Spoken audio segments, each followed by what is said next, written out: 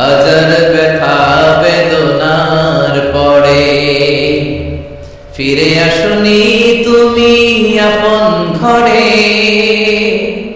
দিনের আলো তুমি ছড়িয়ে দিতে চলে গেলে মদিনায় মক্কা ছেড়ে। ইন্নাল হামদালিল্লাহ নাহমাদুহু ওয়া নাস্তাঈনুহু ওয়া নাস্তাগফিরুহু ওয়া নু'মিনু বিহি ওয়া নাতাওয়াক্কালু আলাইহি ওয়া না'উযু বিল্লাহি মিন শুরুরি আনফুসিনা ওয়া মিন সাইয়্যাতি আ'মালিনা মান ইয়াহদিহিল্লাহু ফালা মুদিল্লা লাহু ওয়া মান يضلل فلا هادي له أي فلن تجد له وليا مرشدا ونشهد أن لا إله إلا الله وحده لا شريك له هو الذي لا ضد له ولا ند له لا مثل له ولا مثيل له لا وزير له ولا كفيل له لا شبه له ولا شبيه له لا ولد له ولا والد له وهو الواحد الفرد الصمد لم يلد ولم يولد ولم يكن له كفوا أحد ونشهد أن سيدنا ونبينا وحبيبنا وبشيرنا ونذيرنا وطبيبنا وطبيب أرواحنا وحبيبنا وحبيب ربنا محمدا عبد الله ورسوله أرسله بالحق بشيرا ونذيرا وداعيا إلى الله بإذنه وسراجا منيرا أما بعد فقد قال الله تعالى في كلامه المجيد وفي فرقانه الحميد أعوذ بالله من الشيطان الرجيم بسم الله الرحمن الرحيم تبارك الذي بيده الملك وهو على كل شيء قدير إن الله وملائكته يصلون على النبي يا أيها الذين آمنوا صلوا عليه وسلموا تسليما اللهم صل على وعلى آل سيدنا مولانا محمد সবাই মহব্বতের সাথে জোরে জোরে আওয়াজ করে পড়ুন আল্লাহুম্মা সাল্লি আলা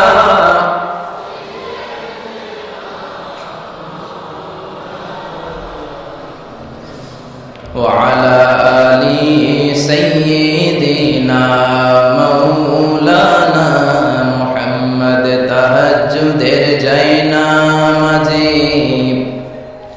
মরণ দিও প্রভু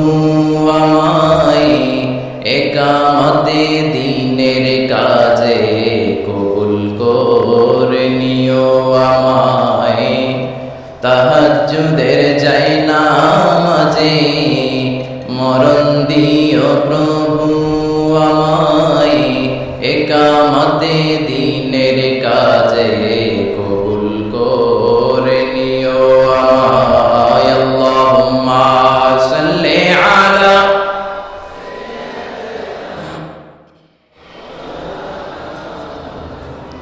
وعلى آل سيدنا مولانا محمد গো রাসূল, প্রিয় রাসূল, প্রাণের রাসূল, ও গো রাসূল, প্রিয় রাসূল, প্রাণের রাসূল, তোমারই জন্যে এ বিশ্বে মোরা আলো পেয়েছি, পেয়েছি কুল। ও গো রাসূল, প্রিয় রাসূল, প্রাণের রাসূল, ও গো রাসূল, প্রিয় রাসূল, প্রাণের রাসূল। আল্লাহুম্মা সাল্লি আলা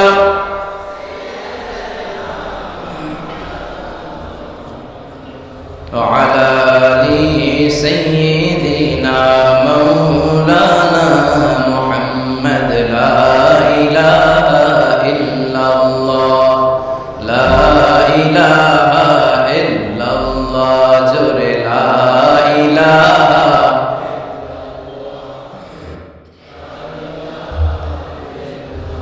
سبحان الله الحمد لله لا إله إلا الله سبحان الله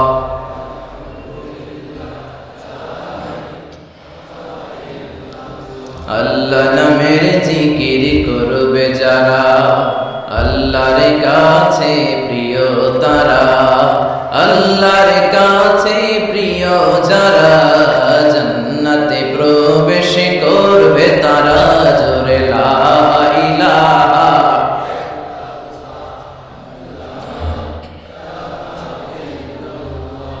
লা ইলাহা ইল্লাল্লাহু মুহাম্মাদুর রাসূলুল্লাহ সাল্লাল্লাহু আলাইহি ওয়াসাল্লাম। আপনারা সবাই কেমন আছেন? আমিও আলহামদুলিল্লাহ ভালো আছি। আমরা সুখে দুঃখে, সকালে বিকালে, শীতকালে গ্রীষ্মকালে একজনের শুকরিয়া করি, তিনি কে? আল্লাহর শুকরিয়া করলে নিয়ামত বাড়ায় দেয় কে? আর শুকরিয়া না করলে নিয়ামত কেড়ে নেয় কে? লা ইন শাকারতুম লা আযীদান্নাকুম ওয়া লা ইন কাফারতুম ইন্না আযাবি লাশাদীদ। যদি শুকরিয়া করো নিয়ামত বাড়িয়ে দেব। কার কথা? আরো জোরে বলেন, কথাটা কার? শুকরিয়া করলে তিনি নিয়ামত বাড়িয়ে দেন, আর কুফরি করলে শুধু নিয়ামত কেড়েই নেন না, শাস্তি দেন, পানিশমেন্ট দেন।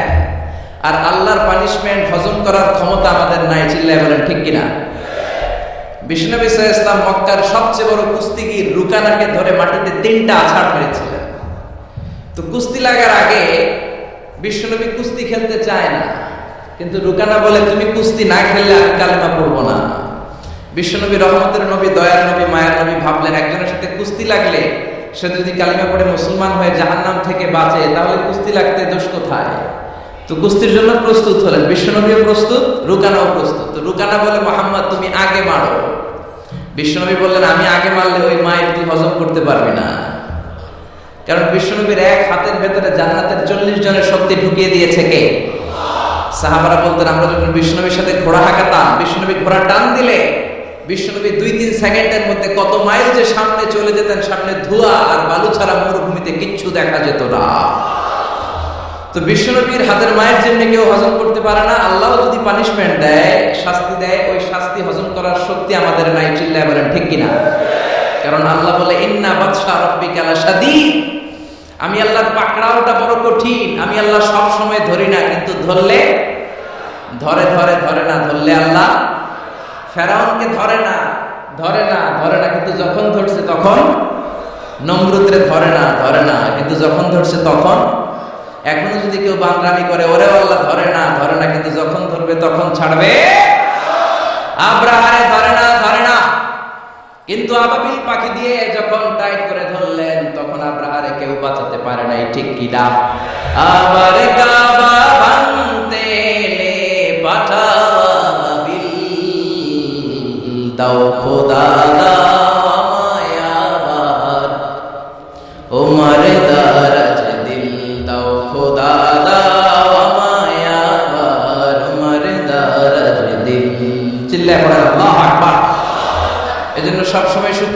কার? আল্লাহ আমাদেরকে আজীবন আমরণ তার বেশি বেশি শুকরিয়া করার তৌফিক দান করুন। তাহলে আপনারা সবাই ভালো আছেন না? শীত লাগে? লাগে না? আমি শীতে কাঁপতেছি, কয় লাগে না। তাহলে মাফলার পরছেন কেন?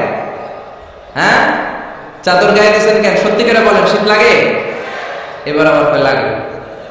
আসলে কোনটা সঠিক, আগেরটা না এখনকারটা? এই শীতের কথাও কোরআনে আছে না নাই? রিহলাতাশ শীতাই ওয়াস সাইফ। কুরাইশরা বছরে দুইবার বিজনেস করতে বেরোতো, একটা শীতকালে আর একটা গ্রীষ্মকালে। শীতের কথা আল্লাহ কোরআনে দিয়েছেন।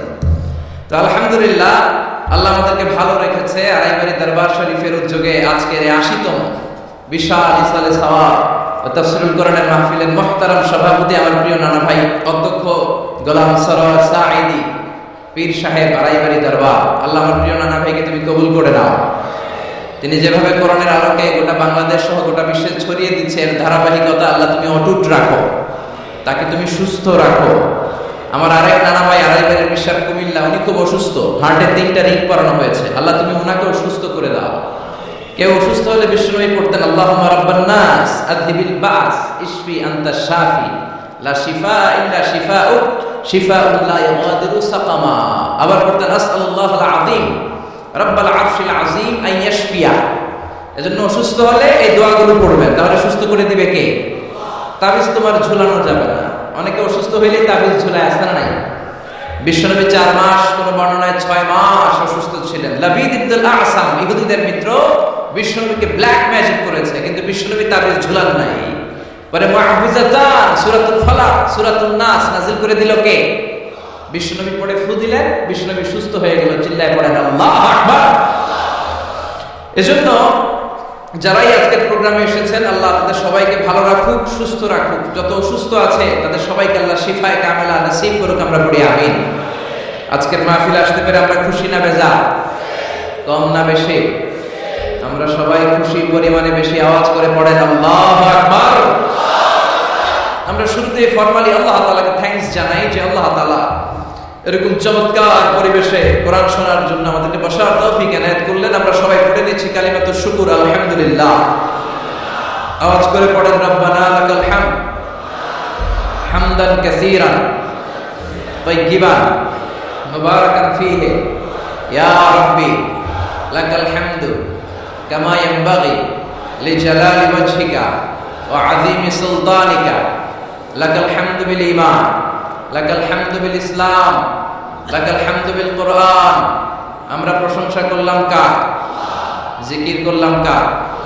আল্লাহর নামটা জপতে কেমন লাগে? আল্লাহর তার সুন্দর নামগুলো ধরে ধরে ডাকতে কেমন লাগে? আপনার অন্তরের যত জ্বালা যন্ত্রণা মিটিয়ে দিতে পারে একজন, তিনি কে? হিন্দুরা ডাকে কৃষ্ণাকে, আমরা ডাকি আল্লাহকে। হিন্দুরা বলে যত মিটানা চাহে জীবন কা তৃষ্ণা সুবহ শাম বল বন্দে কৃষ্ণ কৃষ্ণ কৃষ্ণ।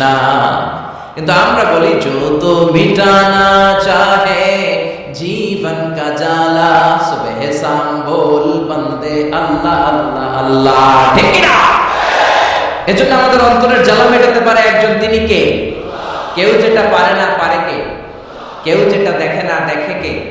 কেউ যেটা দেয় না দেয় কে?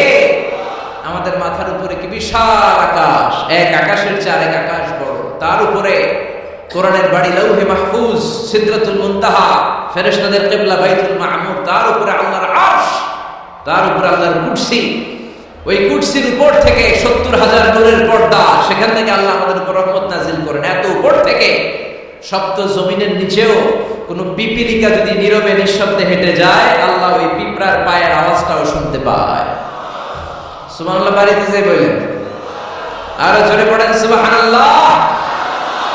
আসেন সে আল্লাহর নামের আমরা বড়ত্ব ঘোষণা করি। আল্লাহ বলেন রব্বাকা ফাকাব্বির, নবী আপনি আপনার রবের নামের বড়ত্বের ঘোষণা দেন। আসেন আল্লাহর নামের 3টা তাকবীর দিয়ে আমরা সরাসরি কোরআন থেকে শুনবো ইনশাআল্লাহ। পড়েন। প্রথম তাকবীর দিবেন বিবাহিতরা, দ্বিতীয় তাকবীর দিবেন অবিবাহিতরা, তৃতীয় তাকবীর দিবেন সবাই। বিবাহিত বনাম বিবাহিত না করলে আজকে আপনাদের জড়তা কাটবে না। বিবাহিতরা হাত তোলেন তো দেখি।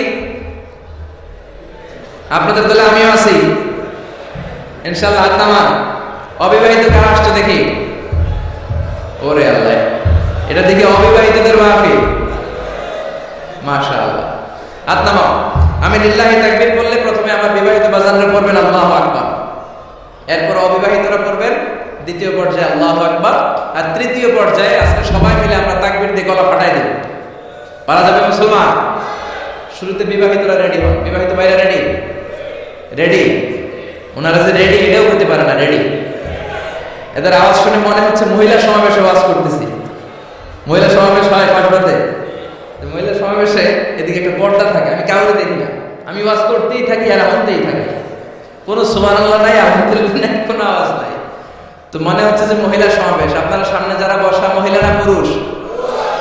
পুরুষ এটাও পেতে পারো না। চিৎকার করে বলেন মহিলা না পুরুষ? শুধু পুরুষ না সুপুরুষ? শুধু কি সুপুরুষ না ইমানদার সুপুরুষ? ইমানদার সুপুরুষের তাকবীরের আওয়াজ তো আকাশ বাতাস চন্দ্র সূর্য ভেদ করে আল্লাহর আরশে যে ধাক্কা লেগে যায়। তো শুরুতে বিবাহিত ভাইরা রেডি? গলা ফাটিয়ে তাকবীর দেওয়া যাবে? আমি পড়বো লিল্লাহি তাকবীর, প্রথম পর্যায়ে বিবাহিতরা পড়বে আল্লাহু আকবার। অনেকে কাশি দিয়ে গলা ঠিক করতেছে। তো বিবাহিত ভাইরা তাকবীর দেন, অবিবাহিতরা চুপ থাকো। বিবাহিত ভাইরা পড়েন লিল্লাহি তাকবীর। মাশাআল্লাহ, অনেক আওয়াজ হয়েছে, খারাপ না একেবারে। কি বলেন? খারাপ না, চলে চলে, আলহামদুলিল্লাহ। এবার অবিবাহিতরা, অবিবাহিত ভাইরা কি রেডি?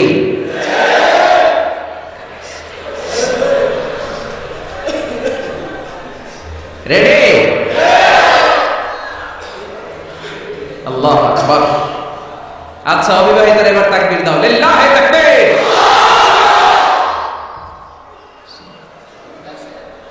তিন শূন্য গোল। এবার বিবাহিত অবিবাহিত কোনো কথা নাই, আমরা সবাই মিলে তিনটা তাকবীর দেব, যাতে আড়াইবাড়ি দরবারের এই প্যান্ডেল কেঁপে কেঁপে ওঠে আমার আল্লাহর নামে। জোরে বলেন ঠিক কিনা? তাকবীর নাম্বার 1, লিল্লাহি তাকবীর, লিল্লাহি তাকবীর, লিল্লাহি তাকবীর। আল্লাহ যদি কিয়ামতের দিন বলে, যা তুই আমার নামে তাকবীর দিয়েছিস, তোরে আমি মাফ করে দিলাম, আমরা আল্লাহর কাছে শুধু মাফ চাই, নাজাত চাই, ঠিক কিনা? আরে কিছু যে চাই না আমি, চাই গো নাজাত। আল্লাহ তোমার কাছে আমার এই মুনাজাত, আল্লাহ তোমার কাছে আমার এই মুনাজাত। পড়েন আমিন। আমি আমার খুতবার শুরুতে সূরা মুলকের প্রথম আয়াত তেলাওয়াত করেছি। আসুন আজকের এই চমৎকার রজনীতে, এই মুবারক রজনীতে, বরকতময় সন্ধ্যায়, রাতে আমরা সূরাতুল মুলকের আলোকে কথা শুনি। আওয়াজ করে পড়েন ইনশাআল্লাহ। সূরাতুল মুলক আল কোরআন আল কারীমের 29তম পারায় অবস্থিত সর্বপ্রথম সূরা, 29 পারার প্রথম সূরা। সূরাটি মাক্কি সূরা। এই সূরায় রুকু রয়েছে 2টি, আয়াত আছে 30টি, অনেক বরকতময় সূরা। বিশ্বনবী বলেন, ইন্না হাযিহি সূরা মানিআতুন মিন আযাবিল কবর। এই সূরাটা যে তেলাওয়াত করবে আল্লাহ তাআলা তাকে কবরের আযাব থেকে বাঁচায় দিবে। সুবহানাল্লাহ, আসতে বলেন। কোন সূরা তেলাওয়াত করলে? সূরা মুলক। সবাই বলেন কোন সূরা? Consider this program, tafsir program, as a class. The person is delivering lecture, sitting in front of you, he is your teacher, and you all sitting guys are the students of Tafsirul Quran. এই প্রোগ্রামগুলো, শীতের প্রোগ্রামগুলোকে ক্লাসের মতো মনে করবেন, তাহলে কিছু শিখে যাওয়া যাবে। আমার আগে হযরতুল আল্লাহ কামালউদ্দিন সৈয়দ কামালউদ্দিন জফরি সাহেব ছিলেন আমাদের শিক্ষক, আমরা ছিলাম কোরআনের ছাত্র। এখন আমি একটু করে বসার সুযোগ পেয়ে গেলাম, আমি হয়ে গেলাম শিক্ষক, আর আমরা সবাই কোরআনের ছাত্র। খুশি না বেজার? তো সূরাতুল মুলক এমন সূরা যেটা আপনাকে কবরের আযাব থেকে বাঁচাবে। বিশ্বনবী বললেন, মানিআতুন মিন আযাবিল কবর। এই সূরা যে তেলাওয়াত করবে তার কোনো কবরের আযাব হবে না। পড়েন সুবহানাল্লাহ। আমাদের কবরে যাওয়া লাগবে কি লাগবে না? কোনো সন্দেহ আছে? একদিন মাটির ভেতরে হবে ঘর, রে মন আমার কেন বাঁধো দালান ঘর, রে মন আমার কেন বাঁধো দালান ঘর। একদিন মাটির ভেতরে হবে ঘর, রে মন আমার কেন বাঁধো দালান ঘর। ঠিক কিনা? দাদা চলে গেল, বাবা চলে গেল, চাচা চলে গেল, ফুফা চলে গেল, আপনি মনে হয় যাবেন না? যাবেন? তার জোরে বলা যায় না আপনি যাবেন না? আপনি যাবেন। আপনার ছেলে মেয়েগুলো যাবে।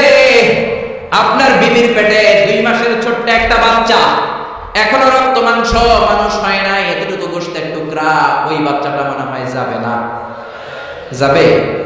দুনিয়াতে আসেই তো নাই, যাবে কেমনে? আসবে, যতদিন হায়াত পাওয়ার পাবে তারপরে যাবে। চিল্লায় বলেন ঠিক কিনা? কিন্তু আমাদের লাইফস্টাইল দেখলে মনে হয় আমরা মরবো না, 1000 বছর বাঁচার জন্য আমরা এসেছি। শুধু আমরা বলি সবকিছু আমার, আমার, আমার বাড়ি, আমার গাড়ি, আমার এলাকা, আমার দাপট, এগুলো বলতে আমরা খুব পছন্দ করি। চিল্লায় এখন ঠিক কিনা? কেমন করে আপনার বাড়ি? যেই বাড়িটারে আমার বাড়ি বলে আপনি ঘোষণা দেন, আপনার বাবা যখন এই বাড়িতে থাকতো আপনার বাবাও বলতো বাড়িটা আমার বাড়ি, বলতো না? আপনার দাদা যখন এই বাড়িতে থাকতো দাদাও বলতো এটা আমার বাড়ি। দাদার দাদার দাদা যখন এই বাড়িতে থাকতো উনিও বলতো আমার বাড়ি। আপনি মরে গেলে আপনার ছেলে দাবি করবে আমার বাড়ি, ছেলে বললে নাতি বলবে আমার বাড়ি, নাতির নাতির নাতিও যখন এই বাড়িতে থাকবে সেও বলবে আমার বাড়ি। বাড়ি একটা, দাবিদার কতজন চিন্তা করেছেন? পরের জায়গা পরের বাড়ি, ঘরে বাঁধিয়ায় আমি রই, আমি তো সেই ঘরের মালিক নই। পরের জায়গা পরের বাড়ি, ঘরে বাঁধিয়ায় আমি রই, আমি তো সেই ঘরের মালিক নই। ঠিক কি না? এজন্য এই দুনিয়াটা হলো ট্রানজিট পিরিয়ড। আজীবন থাকার জন্য আসি নাই, কিছুদিনের জন্য আসলাম। কবরের বাড়িতে আমাদেরকে যেতে হবে, কবরের প্রিপারেশন, প্রস্তুতি আমাদেরকে নিতে হবে। এই জন্য বিশ্বনবী বললেন ইন্না ফিল কুরআনি লাসূরা, কোরআনের মধ্যে এমন একটা সূরা আছে মানিআতুন মিন আযাবিল কবর, এই সূরাটাকে তেলাওয়াত করলে ওই কবরের আযাব থেকে ওই বান্দাটারে বাঁচায়া দিবে কে? কি নাম ওই সূরা?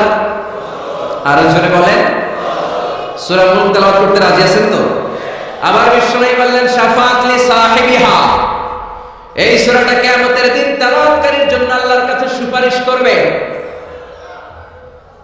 আপনি তেলাওয়াত করলে আপনার জন্য আল্লাহর কাছে সুপারিশ করবে। কোরআন যদি কারো পক্ষে আল্লাহর কাছে সুপারিশ করে, ওই সুপারিশ আল্লাহ কোনোদিন ফেলে দিতে পারবে নাকি? পারবে? মাননীয় অর্থমন্ত্রী যদি মাননীয় প্রধানমন্ত্রী শেখ হাসিনার কাছে কোনো বিষয়ে সুপারিশ করে, শেখ হাসিনা এটাকে রিজেক্ট করতে পারবে? ফেলে দিতে পারবে? কারণ অর্থমন্ত্রীর সুপারিশ। চিল্লায় বলেন ঠিক কিনা? তেমনি কোরআন যদি কিয়ামতের দিন আপনার পক্ষে আল্লাহর কাছে সুপারিশ করে, কোরআনের সুপারিশও কবুল করে নিবে কে? আবার বিশ্বনবী বললেন খাসামাত আন সাহিবিহা, এই সূরাটা কিয়ামতের দিন তেলাওয়াতকারীর পক্ষ নিয়ে আল্লাহর সাথে ডিবেট করবে, ঝগড়া করবে, তর্ক করবে। আল্লাহর সাথে ডিবেট, আল্লাহর সাথে ঝগড়া, সাহস বেশি না কম? জোরে বলেন। আল্লাহর সাথে ঝগড়া করবে, তর্ক করবে, কতক্ষণ? হাত্তা আদখালাহুল্লাহুল জান্নাহ, যতক্ষণ আল্লাহ তাআলা এই সূরার তেলাওয়াতকারীকে জান্নাতে ঢুকিয়ে না দেয় ততক্ষণ এই সূরা আল্লাহর সাথে তর্ক করতেই থাকবে। চিল্লায় সবাই পড়েন আল্লাহু আকবার। এজন্য বিশ্বনবী বলতেন মান ক্বারা বিহা ফি লাইলাতিন ফাকাদ আকসারা ওয়া আতাবা, রাত্রি বেলা এই সূরাটা যে তেলাওয়াত করবে তার আমলনামাটা সওয়াব দিয়ে পরিপূর্ণ করে দিবে কে? এখন দিন নাকি রাত? জোরে বলেন। এখন সূরাতুল মুলকের তাফসীর শুনলে প্রত্যেকের আমলনামাটারে সওয়াব দিয়ে পূর্ণ করে দিবে কে? এজন্য বিশ্বনবী বলতেন আমি চাই আমার প্রতিটা উম্মতের হৃদয়ে এই সূরাটা গাঁথা থাক।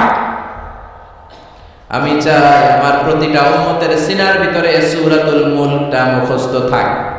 আমি চাই আমার প্রতিটা উম্মতের কলিজার ভিতরে এই সূরাটা হিফজ করা থাক। পড়েন সুবহানাল্লাহ।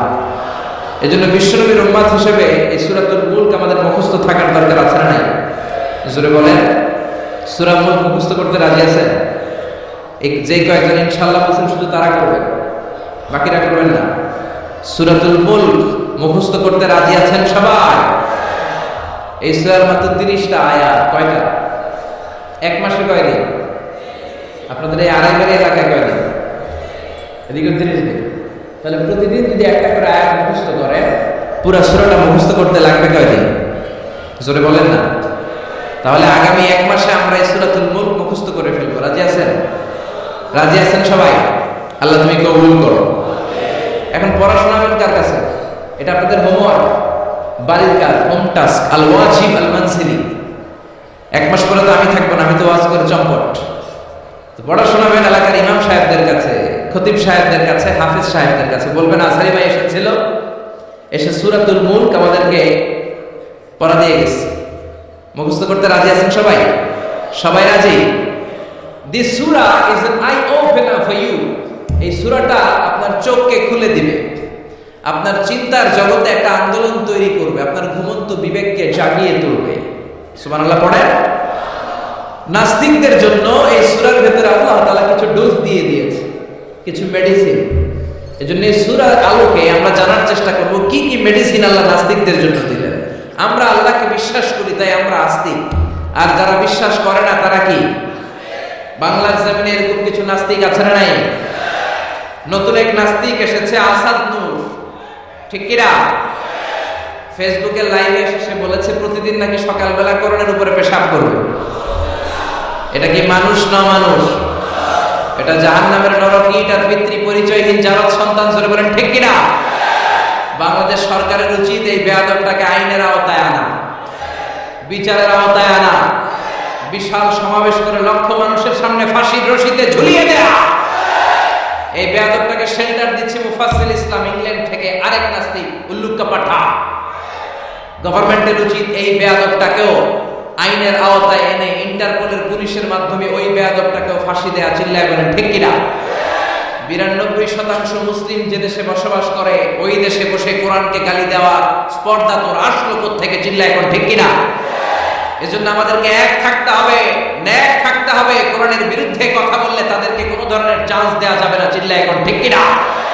যারা কোরআনের গালি দেয় তারা এই জমিনটা চিনে না। এই জমিন পীর আউলিয়াদের জমিন, এই জমিন দাড়িওয়ালাদের জমিন, টুপিওয়ালাদের জমিন, এই জমিন আলিয়া মাদ্রাসার জমিন, কওমি মাদ্রাসার জমিন, এই জমিন টঙ্গীর তুরাকপাড়ের বিশ্ব ইস্তেমার জমিন। জোরে কোন ঠিক কিনা? এদেশে আর কিছু থাকবে না, থাক আমার কোরআন থাকবে। আর কিছু থাকবে না, না থাক হাক্কানি দরবারগুলো থাকবে। যে দেশে আল্লাহু আকবার ধ্বনির সাথে সকালে সূর্য ওঠে, আল্লাহু আকবার ধ্বনির সাথে সাথে সকালে সূর্য ডুবে, ও দেশে আর কিছু না থাক আমার কোরআন থাকবে। চিল্লায় এখন ঠিক কিনা? ওই কোরআনের জন্য আমরা জীবন বাজি রাখতে রাজি আছি। চিল্লায় এখন ঠিক কিনা? কারা কারা রাজি? দুহাত উঁচু করে আল্লাহর দেখা।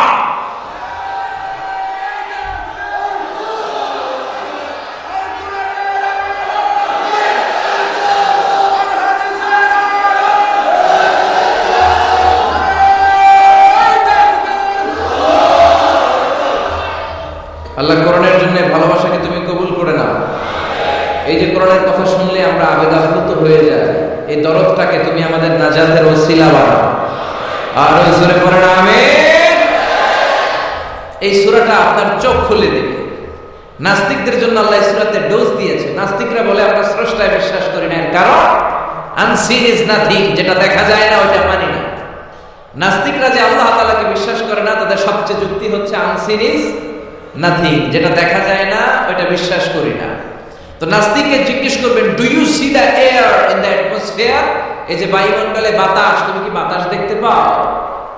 So why do you believe on that? তাহলে বাতাস না দেখলে বাতাসে বিশ্বাস করো কেন? Do you see the bad headache someone feel in his head?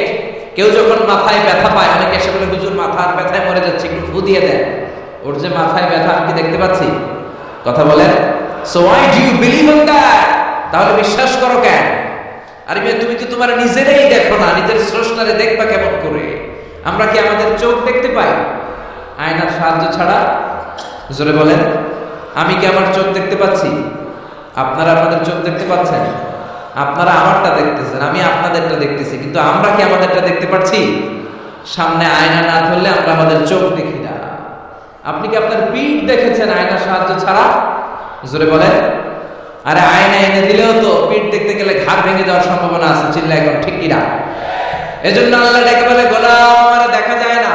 লা তুদরিকুল আবসার ওয়া হুয়া ইউদরিকুল আবসার ওয়া হুয়াল লাতীফুল খাবীর। পৃথিবীর কোন চোখ আমি আল্লাহরে দেখে না, আমি আল্লাহর চোখ পৃথিবীর সবাইরে দেখে। ঠিক কিনা? এজন্য আমার দেখা যায় না। আমার সৃষ্টির দিকে নজর করে তাকা, আমার সৃষ্টির ভেতরে আমি আল্লাহর নিদর্শন আছে না নাই? কক্সবাজারে যান, the longest sea beach in the world, পৃথিবীর সবচাইতে বড় সমুদ্র সৈকত বাংলাদেশে দিয়ে দিয়েছে কে? 155 কিলোমিটার। এই সাগরের সামনে যখন দাঁড়াবেন, সাগরের ঢেউ তর্জন গর্জন যখন আপনার চোখে পড়বে, সাগরের দিকে তাকালে আপনি বুঝতে পারবেন এই সাগরেরও একজন স্রষ্টা মালিক আছে না নাই? পাহাড়ের দিকে নজর করলে বুঝবেন পাহাড়ের একজন স্রষ্টা আছে। মরুভূমির দিকে যদি তাকান আপনি বুঝতে পারবেন এই মরুভূমির একজন স্রষ্টা আছে। ঝর্ণার দিকে নজর করলে বুঝবেন এই ঝর্ণারও একজন মালিক আছে না নাই? ঝর্ণা ঝর্ণা ঝর্ণা রে, বলনা বলনা বলনা রে, কার বিরহে পাগল পাড়া তুই, কার মিলনে ফুল ফসলে ভরা রে তোর দুকুল বই, কার মিলনে ফুল ফসলে ভরা রে তোর দুকুল বই, ঝর্ণা ঝর্ণা ঝর্ণা রে, বলনা বলনা বলনা রে, কার বিরহে পাগল পাড়া তুই। পড়ে ঝর্ণার দিকে যদি তাকান, অন্তরের চোখ নিয়ে আপনার অন্তর আপনাকে সায় দিবে, বলে দিবে যে ঝর্ণা এমনি তৈরি হয় না, এই ঝর্ণারও একজন স্রষ্টা আছে না নাই? এই জন্য নাস্তিকদের জন্য আল্লাহ সূরাতে ডোজ দিয়েছেন। কুফা নগরীতে এক নাস্তিক ছিল, সে বলে আমি স্রষ্টাকে মানি না, যদি কেউ আমার সামনে এসে প্রমাণ করে দিতে পারে যে স্রষ্টা বলে একজন কেউ আছে আমি মেনে নেব। কুফার লোকেরা বলল ইনদানা ইমাম ইসমুহু নু'মান ইবনে সাবিত, আমাদের একজন ইমাম আছে তার নাম নু'মান, উনি আমাদের ইমাম, আল ইমাম আল আ'যাম আবু হানিফা। সুবহানাল্লাহ পড়বেন না? সবাই বলল তুমি নাস্তিক, তোমার ইমামে আযম আবু হানিফা নু'মান ইবনে সাবিত, উনি বুঝাইয়া দিতে পারবে যে স্রষ্টা বলে একজন আছে। নাস্তিক বলে কই তোদের ইমাম নিয়ে আয়। সময় দেয়া হলো জুমার নামাজের পরে দুপুর 2টায় কুফার একটা ময়দানে সাইয়েদনা ইমাম আবু হানিফা আর নাস্তিক একসাথে তর্ক করবে, ডিবেট করবে। সাইয়েদনা আবু হানিফা উনি আল্লাহর পক্ষে আর নাস্তিক আল্লাহর বিপক্ষে। তো যেদিন তর্কের ডেট করা হলো, হাজার হাজার মানুষ এসেছে, ওই নাস্তিকও এসেছে, আসে নাই শুধু ইমাম আবু হানিফা। 2টার দিকে এসে সবাই বসে আছে, আসে না। 2:30 বাজে আসে না, 3টা বাজে আসে না, 3:30টা আসে না, 4টার দিকে দৌড়ে আসছে। নাস্তিক বলে যে লোকের সময় জ্ঞান নাই ওই লোকের সাথে কোনো তর্ক নাই। কথা শুনতেছেন? মনোযোগ আছে না গেছে? যার সময়ের জ্ঞান নাই তার সাথে তর্ক নাই। ইমাম আবু হানিফা বললেন ইনদি উযর, আমার উযর আছে, আই হ্যাভ এক্সকিউজ। কি এক্সকিউজ আছে? আবু হানিফা বলতে শুরু করলেন আমি যখন ঘর থেকে বের হয়ে যাই, আমার বাড়ির সামনে বিশাল একটা নদী পড়ে যায়, এই নদীটা পার হয়ে আসতে হয়। আজকে যে দেখি নদীর সামনে কোনো মানুষ নাই, কোনো নৌকা নাই, কেউ নাই, নদীর পাশে বিশাল বড় একটা গাছ। হঠাৎ দেখলাম এমনি এমনি গাছটা কেটে 2 ভাগ হয়ে গেল, এমনি এমনি গাছ থেকে তক্তা বেরোয় জোড়া লেগে গেল। করা ছাড়া, মিস্ত্রি ছাড়া কাঠগুলো অটোমেটিক্যালি লেগে লেগে নৌকা হয়ে গেল। মাঝি ছাড়া, লগি ছাড়া, বৈঠা ছাড়া এই নৌকাতে আমি উঠে বসলাম, নৌকা আমাকে নিয়ে টান দিয়ে সাঁ করে নদীর উপার নিয়ে গেল। এই প্রসেসিংটা হতে আমার 2 ঘন্টা সময় লেগেছে। কয় ঘন্টা? নাস্তিক কয় তবে ইমাম গাঞ্জা খাইছে, গাঞ্জা। তোদের ইমাম গাঁজা খেয়েছে অথবা গত রাতে ঘুমায় নাই। সাইয়েদনা ইমাম আবু হানিফা বললেন এমন কথা বলেন কেন? নাস্তিক বলে মানুষ ছাড়া, করাত ছাড়া, মিস্ত্রি ছাড়া গাছ এমনি এমনি 2 ভাগ হয়ে যায় নাকি? এমনি এমনি তক্তা জোড়া লেগে যায় নাকি? কাঠের পিসগুলো জোড়া লেগে লেগে নৌকা হয়ে যায় নাকি? মাঝি ছাড়া, লগি ছাড়া, বৈঠা ছাড়া নদীর এপার থেকে নৌকা কাউকে নিয়ে ওপারে চলে যায় নাকি? ইমাম আবু হানিফা বললেন now you are on the right track, এই তো আপনি লাইনে চলে আসছেন, এখন আপনারা বোঝানো সহজ হবে আমার। সাইয়েদনা ইমাম আবু হানিফা বললেন বুঝলাম, এমনি এমনি কিছু হয় না, এমনি এমনি তক্তা হয় না, এমনি এমনি নৌকা হয় না, এমনি এমনি মাঝি ছাড়া নৌকা চলে না। তাহলে আকাশটা কেমন করে এমনি এমনি হলো? জমিনটা কেমন করে এমনি এমনি হলো? মহাশূন্য কেমন করে এমনি এমনি হলো? নবমণ্ডল ভূমণ্ডল কেমন করে এমনি এমনি হলো? কার ইশারায় সাগর বয়ে যায়, কার ইশারায় ঝর্ণা চলে? চিল্লায় কও সুবহানাল্লাহ। নাস্তিক বলে তাই তো, এইভাবে তো আমি ভেবে দেখি নাই, আসলেই তো আমি একটা উন্মুক্ত পাঠা, আমি তো চিন্তা করি না এইভাবে। নাস্তিক বলে ও ইমাম আপনি আমার ঘুমন্ত বিবেককে জাগিয়ে দিয়েছেন, আমার চোখ আপনি খুলে দিয়েছেন, আর দেরি করার দরকার নাই, আপনি আমারে পড়িয়ে দেন লা ইলাহা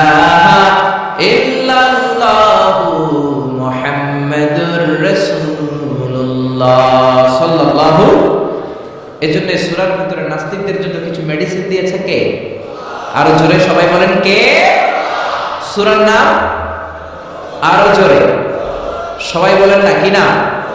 সূরা মুলক। মুলক মানে ক্ষমতা, মুলক মানে কি? মুলক মানে পাওয়ার, মুলক মানে অথরিটি, মুলক মানে সভরেনিটি। আল্লাহ শুরু করলেন তাবারাকাল্লাযী বিয়াদিহিল মুলকু ওয়া হুয়া আলা কুল্লি শাইইন কাদির। সুমহান সেই সত্তা যার হাতে ক্ষমতা, আর তিনি পৃথিবীর সব কিছু করার ব্যাপারে সক্ষমতা রাখেন। সুবহানাল্লাহ। আল্লাহ শুরু করলেন তাবারাকা দিয়ে, তাবারাকাল্লাযী বিয়াদিহিল মুলক। সুমহান সেই সত্তা যার হাতে ক্ষমতা। ক্ষমতা কার হাতে? সবাই বলেন কার হাতে? নাকি আপনাদের হাতে? আপনারা তো বলেন ক্ষমতা আপনাদের হাতে, বলেন না? জনগণ সকল ক্ষমতার উৎস, বলেন না? এটা রাষ্ট্রীয় কুফরি, রাষ্ট্র থেকেও কিছু কুফরি আমাদেরকে শেখানো হয়। এজন্য রাষ্ট্রের সব সিগন্যাল মেনে নেওয়া যাবে না। চিল্লা এখন ঠিক কিনা? জনগণ সকল ক্ষমতার উৎস নয়, সকল ক্ষমতার উৎস হচ্ছে একজন, তিনি কে? একটু খেয়াল করে বুঝে উত্তর দেন। কেমন করে আপনি ক্ষমতার উৎস হন?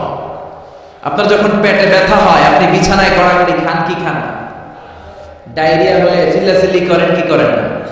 তো আপনি না ক্ষমতার উৎস, আপনি চিল্লাচিল্লি করেন কেন? 3 বার ডায়রিয়ার কারণে টয়লেটে গেলে 4th বার আর চেহারার দিকে তাকানো যায় না। 5 বার বাথরুমে গেলে বাইরে আই আর হাইতান্ন, আই মরে যাইব। তো হাইতান্ন কি লাগে? আপনার ক্ষমতার মালিক। ডায়রিয়া হলে আপনি টয়লেট থেকে বের হয়ে বলবেন আমি ক্ষমতার মালিক, এই জন্য আমার ডায়রিয়া হয়েছে। আসলে আমরা ক্ষমতার মালিক নই, ক্ষমতার মালিক একজন, তিনি কে? আমরা হলাম সবাই দুর্বল। ওয়া খুলিকাল ইনসানু দাঈফা। আমাদেরকে দুর্বল বানিয়ে আল্লাহ তৈরি করেছেন। শুধু আমরাই দুর্বল নই, আমরা দুর্বলের ঘরের দুর্বল। আমরা দুর্বল, আমাদের বাবাও দুর্বল, দাদাও দুর্বল। তার মানে দুর্বলের ঘরের, দুর্বলের ঘরে আমরা তো দুর্বল। রিকশার টায়ার পাংচার হলে আমরা বাজারে লাভ দিয়ে উঠি, লাভ দেন না? আমি কত লাভ দিছি? আমি তো এক জেলা থেকে আরেক জেলায় তাফসীর প্রোগ্রামের কারণে যাওয়া লাগে।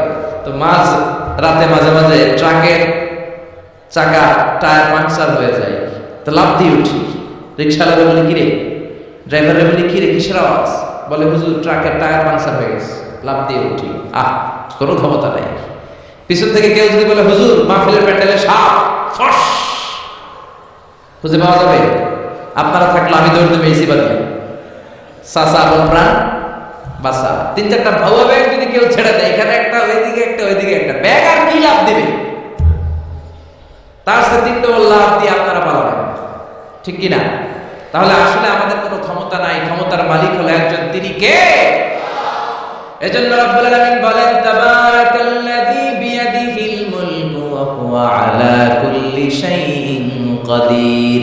সুমহান সেই সত্তা যার হাতে ক্ষমতা। ক্ষমতা কার হাতে?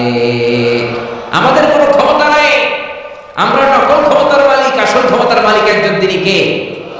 আমাদের যে ক্ষমতা নাই, এটা ভূমিকম্প হলে টের পাওয়া যায়। রাত 3টার দিকে যখন ভূমিকম্প হয়, সব লোক বিল্ডিং থেকে দেয় দৌড়। ভাড়াটিয়া ওদর, বাড়িওয়ালা ওদর। কসবা এলাকার বাড়িওয়ালারা মনে হয় দৌড় দেয় না, কথা বলেন? ভাড়াটিয়াও দৌড় দেয়, বাড়িওয়ালাও দৌড় দেয়। চিল্লা বলেন ঠিক কিনা? রাত 3টায় যখন ভূমিকম্প হয়, পুলিশের প্রধানও দৌড় দেয়, বাস্তবে তো র্যাবের প্রধানও দৌড় দেয়, প্রেসিডেন্টও দৌড় দেয়, শুধু প্রধানমন্ত্রী দৌড় দেয় না। দেয়, আমি কই নাই, কিন্তু আপনারা কইছেন। দোষ আপনাদের, আমার কোনো দোষ নাই। আমি প্রধানমন্ত্রীর কিছু বলি নাই। সাসা আপন প্রাণ বাসা। রাতে ভূমিকম্প হলে দৌড় দিতে হয়, চিল্লায় বলেন ঠিক কিনা? 2004 সালে বরিশালে প্রথমে গেলাম বাসে, ফিরে আসতেছি লঞ্চে, নদীর মাঝখানে তুফান, জাহাজ ডুবে যাবে। ওই দিন চিনলাম আল্লাহ কারে কয়, আল্লাহ কিসকো গাতে হে। ওই দিন লঞ্চের শুধু মুসলমানেরাই আল্লাহরে ডাকে নাই, হিন্দুরাও জিকির করছে কার? ওই দিন সবার মুখে একটা জিকির ছিল, লা ইলাহা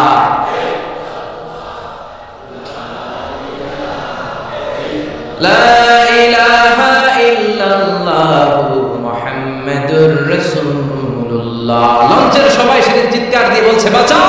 আমি বললাম কে বাঁচাবে? হুজুর আপনি বাঁচাবেন। তো তাহলে আমারে বাঁচাইবো কে? হুজুর আপনারে বাঁচাইবো আল্লাহ। আসলে বিপদে পড়লে বুঝে যায় আমাদের কোনো কোনো ক্ষমতা নাই, ক্ষমতার মালিক হচ্ছেন একজন, তিনি কে? এজন্য রব্বুল আলামিন বলেন, কুলিল্লাহুম্মা মালিকাল মুলকি তুতিল মুলকা মান তাশাউ ওয়া তানজিউল মুলকা মিম্মান তাশাউ ওয়া তুইজ্জু মান তাশাউ ওয়া তুযিল্লু মান তাশাউ বিয়াদিকাল খায়র ইন্নাকা আলা কুল্লি শাইইন কাদির। ও আল্লাহ, আপনি ক্ষমতার মালিক। ক্ষমতার মালিক কে? আপনি যারে চান ক্ষমতার চেয়ারে বসান, আবার যারে চান ক্ষমতা থেকে নামিয়ে দেন। ফেরাউনকে মিশরের মসনদে বসালো কে? আবার সাগরের পানিতে সুবানি খাওয়াইলো কে?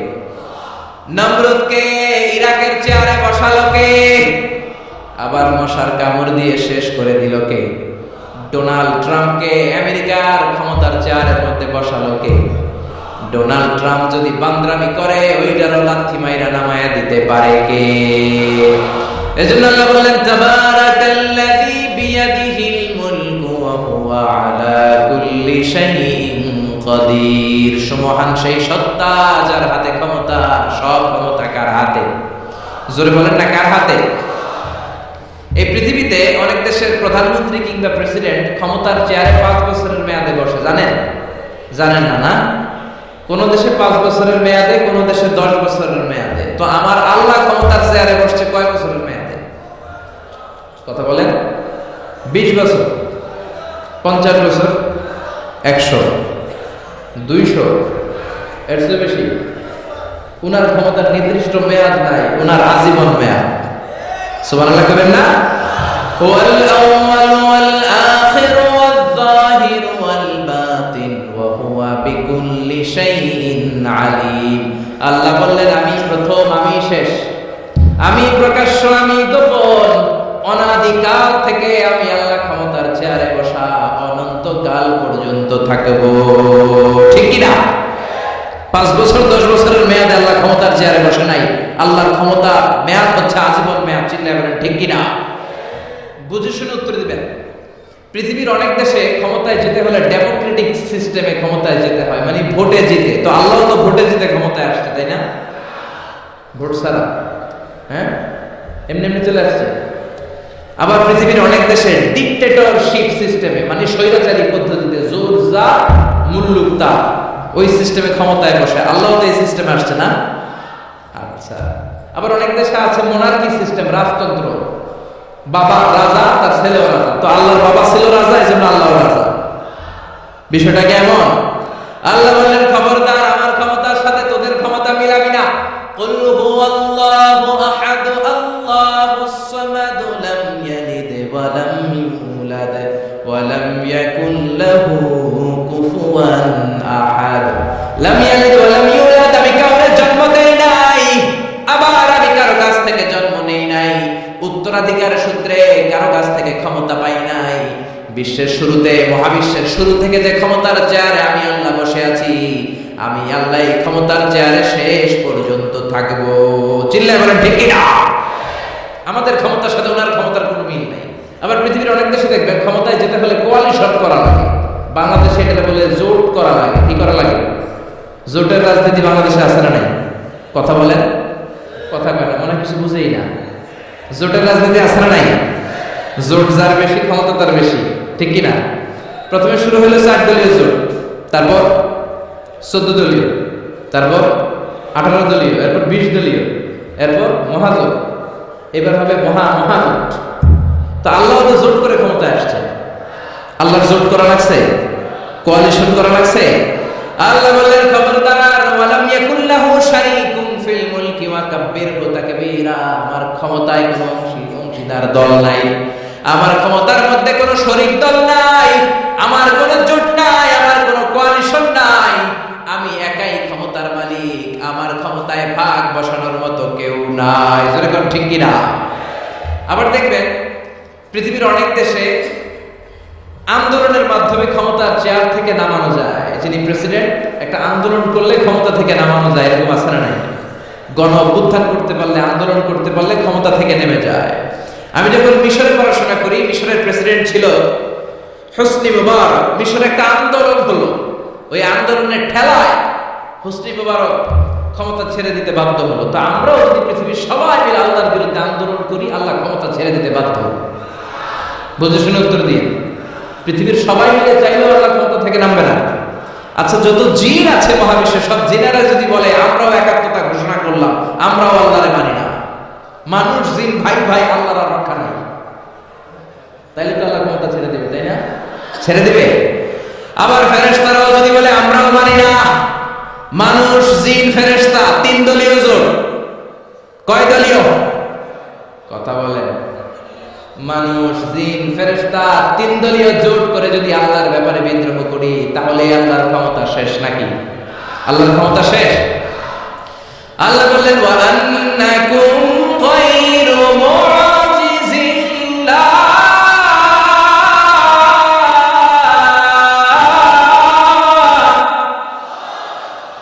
খবরদার, গোটা বিশ্বের সবাই মিলে যদি আমি আল্লাহরে পরাস্ত করতে চাও, গোটা বিশ্বের সবাই মিলে যদি আমি আল্লাহর ব্যাপারে বিদ্রোহ করো, আমি আল্লাহর বিরুদ্ধে যদি আন্দোলন সবাই মিলে তোমরা করো, আমার ক্ষমতার এক আনাও তোমরা কমাতে পারবি না। সুবহানাল্লাহ। তার মানে আমাদের ক্ষমতার সাথে আল্লাহর ক্ষমতার কোনো মিল নাই। চিল্লায় বলে ঠিক কিনা? আবার বুঝে শুনে উত্তর দেন। অনেক দেশে দেখবেন রাজার বয়স এত হয়েছে, বয়সের ভারে নুজ্জ হয়ে 70-80-তে পৌঁছে গেছে, কয় আইন আর হাইতান্ন, আমি অবসরে যাব, সেলফ রিটায়ারমেন্ট, স্বেচ্ছায় অবসরে যাব। এরকম হয় না? অনেক রাজা, সুলতান, প্রেসিডেন্ট স্বেচ্ছায় অবসরে চলে যায়। তো আল্লাহরও তো অনেক বয়স হয়েছে, এখন আল্লাহর অবসরে যাওয়ার সময় এসেছে। বয়স হয় নাই, এত বছর উনি ক্ষমতা চালায়, এখনো বয়স হয় নাই। উনি ক্লান্ত হয় না? ওনার ঘুমে ধরে না? আল্লাহ বললেন খবরদার, লা তাখুযুহু সিনাতুন ওয়ালা নাওম, আমার ঘুম নাই, আমার কোনো নিদ্রা নাই, আমার কোনো তন্দ্রা নাই, আমার কোনো ঝিমুনি নাই। ওয়ালা ইয়াউদুহু হিফযুহুমা ওয়া হুয়াল আলিয়ুল আযীম। এই পুরো মহাবিশ্বটা পরিচালনা করতে যে আমি আল্লাহ ক্লান্ত হই না, আমি আল্লাহর তন্দ্রা আসে না, আমি আল্লাহর ঝিমুনি আসে না, আমি আল্লাহর ঘুম আসে না, আমি আল্লাহ একাই মহাবিশ্বের সব ক্ষমতার মালিক। ঠিক কি না? এজন্য আল্লাহ বললেন তাবারাকাল্লাযী বিয়াদিহিল মুলকু ওয়া হুয়া আলা কুল্লি শাইইন কাদির। মহান সেই সত্তা যার হাতে ক্ষমতা। ক্ষমতা কার হাতে? সবাই বলেন না, ক্ষমতা কার হাতে? নাকি আপনাদের হাতে? আর কোনদিন বলবেন জনগণ সকল ক্ষমতার উৎস? আর কোনদিন বলবেন সকল ক্ষমতার উৎস হচ্ছে একজন, তিনি কে? আওয়াজ করে বলতে হবে, তিনি কে? আমরা বললাম আল্লাহ, বুঝলাম আপনি ক্ষমতার মালিক। আর কিসের মালিক বলেন? আল্লাহ বললেন আল্লাযী খালাকাল মাউতা ওয়াল হায়াতা লিয়াবলুয়াকুম আইয়ুকুম আহসানু আমালা ওয়া হুয়াল আজিজুল গফুর। আমি শুধু ক্ষমতারই মালিক নই, আমি এমন আল্লাহ যে আল্লাহ জীবন তৈরি করলাম, যে আল্লাহ মরণ তৈরি করলাম। আমি জীবনেরও মালিক, মরণেরও মালিক। আমাদেরকে জীবন দিয়েছে কে? মরণ দিয়েছে কে? আমাদের প্রাণ ভিক্ষা দিতে পারে কে? নাকি আপনাদের রাষ্ট্রপতি? আপনাদের রাষ্ট্রপতি তো নাকি প্রাণ ভিক্ষা দেয়, দেয় না? আরে রাষ্ট্রপতিরও তো প্রাণ ভিক্ষা দেবে আল্লাহ। চিল্লায় বলেন ঠিক কিনা? আল্লাহ বললেন আমি এমন আল্লাহ আল্লাযী খালাকাল মাউতা ওয়াল হায়াতা লিয়াবলুয়াকুম আইয়ুকুম আহসানু আমালা। তোমরা কে কেমন আমল করো এটা দেখার জন্য আমি জীবন বানালাম, মরণ বানালাম, আর জীবন মরণের মাঝখানে তৈরি করলাম রূহ। রূহ তৈরি করলাম। কি তৈরি করলাম? রূহ মানুষ তৈরি করতে পারে না, রূহ তৈরি করতে পারে একজন, তিনি কে? মানুষ কম্পিউটার তৈরি করতে পারে, প্লেন বানাতে পারে, রকেট বানাতে পারে, রোবট বানাতে পারে, সুফিয়া খালারে বানাতে পারে, কিন্তু রূহ বানাতে পারে না। সুফিয়া খালারে চিনেন? আপনারাও চিনেন?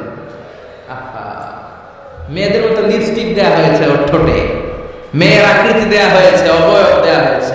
সুফিয়া রোবটটাকে দেখে আমার প্রতিবন্ধী মনে হলো।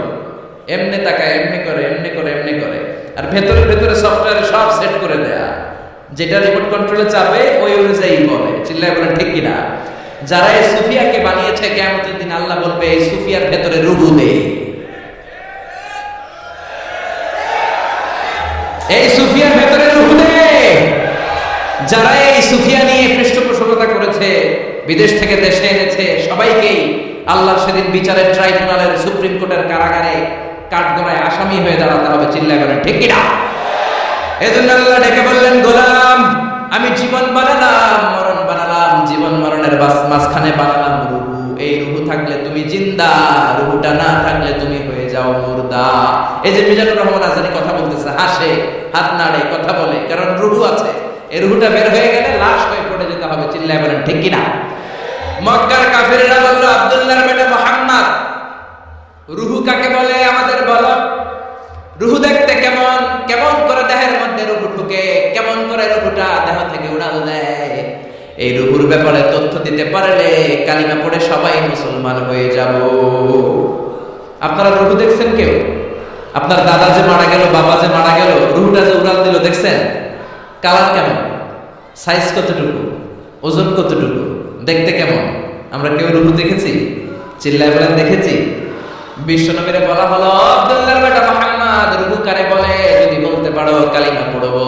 বিশ্বনবী বলতে পারে না, কারণ বিশ্বনবী মন গড়া কোনো কথা বলেন না, আকাশ থেকে গ্রিন সিগন্যাল আসলে তবেই বলেন, ঠিক কি না? বিশ্বনবী আল্লাহ তাআলার পক্ষ থেকে গ্রিন সিগন্যাল পাওয়ার জন্য উপরে তাকিয়ে রইলেন, আয়াত নাযিল হয়ে গেল। ইয়াসআলুনাকা আনির রূহি কুলির রূহু মিন আমরি রাব্বি ওয়া মা উতীতুম মিনাল ইলমি ইল্লা কালিলা। ও নবী, লোকেরা আপনারা জিজ্ঞেস করে রূহ কাকে বলে? মা হুয়া রূহ, হোয়াট ইজ দ্য স্পিরিট? আপনি বলে দেন রূহ হলো আল্লাহর পক্ষ থেকে স্পেশাল অর্ডার। আল্লাহর অর্ডারে এই রূহটা দেহের মধ্যে ঢোকে, আবার আল্লাহর অর্ডারে রূহ বের হয়ে যায়। আল্লাহু আকবার। এই রূহটা মানুষের দেহে ঢোকে কার অর্ডারে, আবার বের হয়ে যাবে কার অর্ডারে? পৃথিবীর যত বিজ্ঞানীরা আছে সবাই মিলেও কি একটা রূহ বানাতে পারবে? জোরে বলেন না, রূহ বানাতে পারবে? আল্লাহ চ্যালেঞ্জ করে বললেন, ওমা উতীতুম মিনাল ইলমি ইল্লা কালিলা, তোমাদেরকে একেবারে যত সামান্য কিঞ্চিত জ্ঞান দিয়ে আমি তৈরি করেছি, তোমাদের এই লিমিটেড জ্ঞান দিয়ে রূহ বানানো যাবে? ইউনাইটেড স্টেটস অফ আমেরিকা একজন মেডিকেল সায়েন্টিস্ট এই চ্যালেঞ্জ গ্রহণ করলো। সে চ্যালেঞ্জ গ্রহণ করে বলল, আমি রূহ বের করে ছাড়ব। কি বের করব? রূহ। আমেরিকার ওই মেডিকেল সায়েন্টিস্ট সে চ্যালেঞ্জ করে বলল, আমি রূহ বানাবো। কি বানাবো? উত্তর দিতে হবে কিন্তু, কি বানাবো? রূহ বানাবো। কেমন করে রূহ বের হয় এটা আবিষ্কার করে আমি নোবেল প্রাইজ জিতবো, নোবেল লরেট হব। 7 বছর সে গবেষণা করলো মুমূর্ষু রোগীদের নিয়ে। মুমূর্ষু রোগী নিয়ে বসে থাকে, কখন রূহটা বের হবে, রূহ ধরার জন্য বসে থাকে।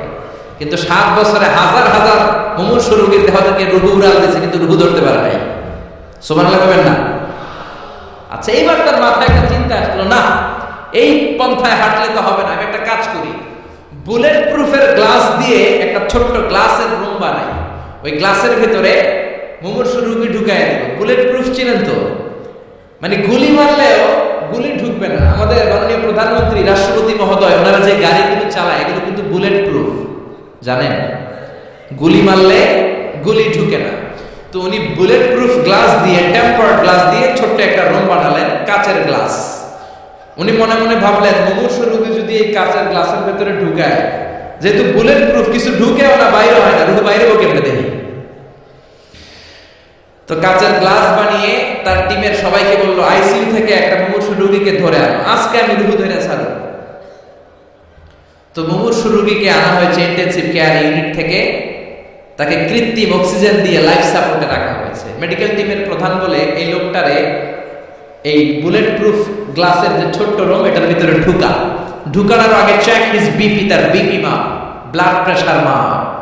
তো মেপে দেখে ঠিক আছে। ওজন মাপ, বলে ওজন মাপা হলো, ওজন হচ্ছে 80 কেজি, 80 কিলোগ্রাম। কত কেজি? 80। সবাই বলেন কত কেজি? 80 কেজি।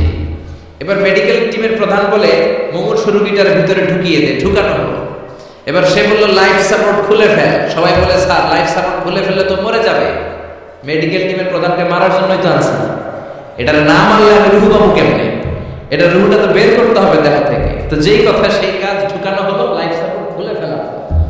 লোকটা গ্লাস ফিটিং করা রুমের ভিতরে ছটফট ছটফট করতে করতে দুনিয়া থেকে বিদায় নাই। এবার মেডিকেল টিমের প্রধান রুহু খুঁজতেছে, দুনিয়া থেকে বিদায়, তার মানে তো রুহু বের হয়ে গেছে, কিন্তু রুহু আর খুঁজে পায় না। গ্লাসের এই দিকে তাকায়, ওই দিকে তাকায়, নিচে উপরে ডানে বায়ে সামনে পেছনে, কোথাও রুহু নাই। রুহ খুঁজে পাওয়া যায় না। সে ভাবলো আমি গ্লাসের দরজাটা খুলে হাত দিয়ে এরকম বাইক মাছ এমনি হাতায়, এরকম হাতাইলে হয়তো রুহ পাবো। তো কাঁচের গ্লাস খুলে হাত দিয়ে এরকম হাতানো শুরু করলো, হাতাতে হাতাতে পুরো গ্লাস ফিটিং করা রুমের ভিতরে সব খুঁজে ফেলে, কিন্তু রুহ খুঁজে পাওয়া যায় না। লোকটাকে বের করা হলো, উনি বললেন চেক হিজ বিপি। বিপি মাপতো, সবাই বলে স্যার এটা তো ময়রা ভূত হয়ে গেছে, এখন তো বিপি নাই। বিপি বুঝেন তো, ব্লাড প্রেশার, এই যে ধাক্কাটা, অলিন্দ নিলয়, সিস্টোলিক ডায়াস্টোলিক, জন্মের পর থেকে আমাদের এই যে দম নেয়া আর দম ছেড়ে দেওয়ার খেলাটা আছে না নাই? কথা বলে, এই যে ফুসফুস দম নেয় দম ছেড়ে দেয়। শীতের রাতে আপনি কম্বল গায়ে দিয়ে ঘুমায় যান, আপনার দম কি ঘুমায় যায়? আপনার দম ঘুমাইলে তো আপনি ঠুস। আরে মানুষ রঙিন ফানুস, দম ফুরাইলে তবু তো ভাই কারোরই নাই একটুখানি। আরে মানুষ রঙিন ফানুস, রঙিন ফানুস, আরে মানুষ। পড়েন আল্লাহু আকবার।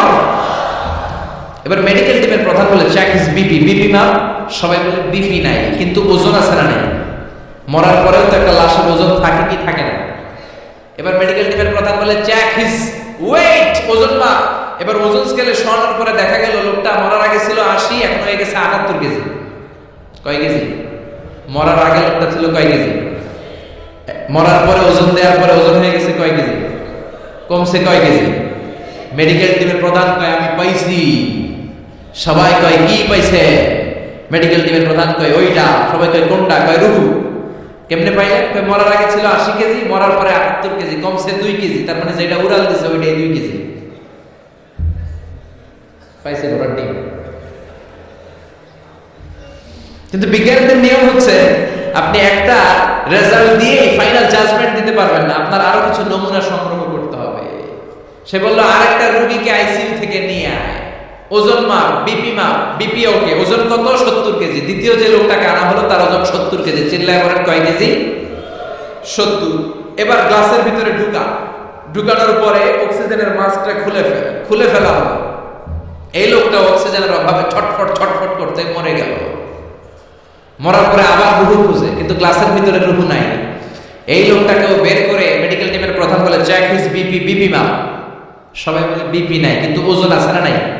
এই লোকটার ওজন মরার আগে কত কেজি? 70। এবার ওজন দিয়ে দেখে এই মৃত লোকটার ওজন হয়ে গেছে 71 কেজি। কয় কেজি? আগেরটা তো কম ছিল, মিলানো গেছে। এবার যাবি কই? হ্যাঁ, আগেরটা 2 কেজি কমেছে। মনে মনে চিন্তা ছিল, রুহু যেটা ছিল উড়াল দিয়েছে, রুহু নাই, 2 কেজি কমেছে।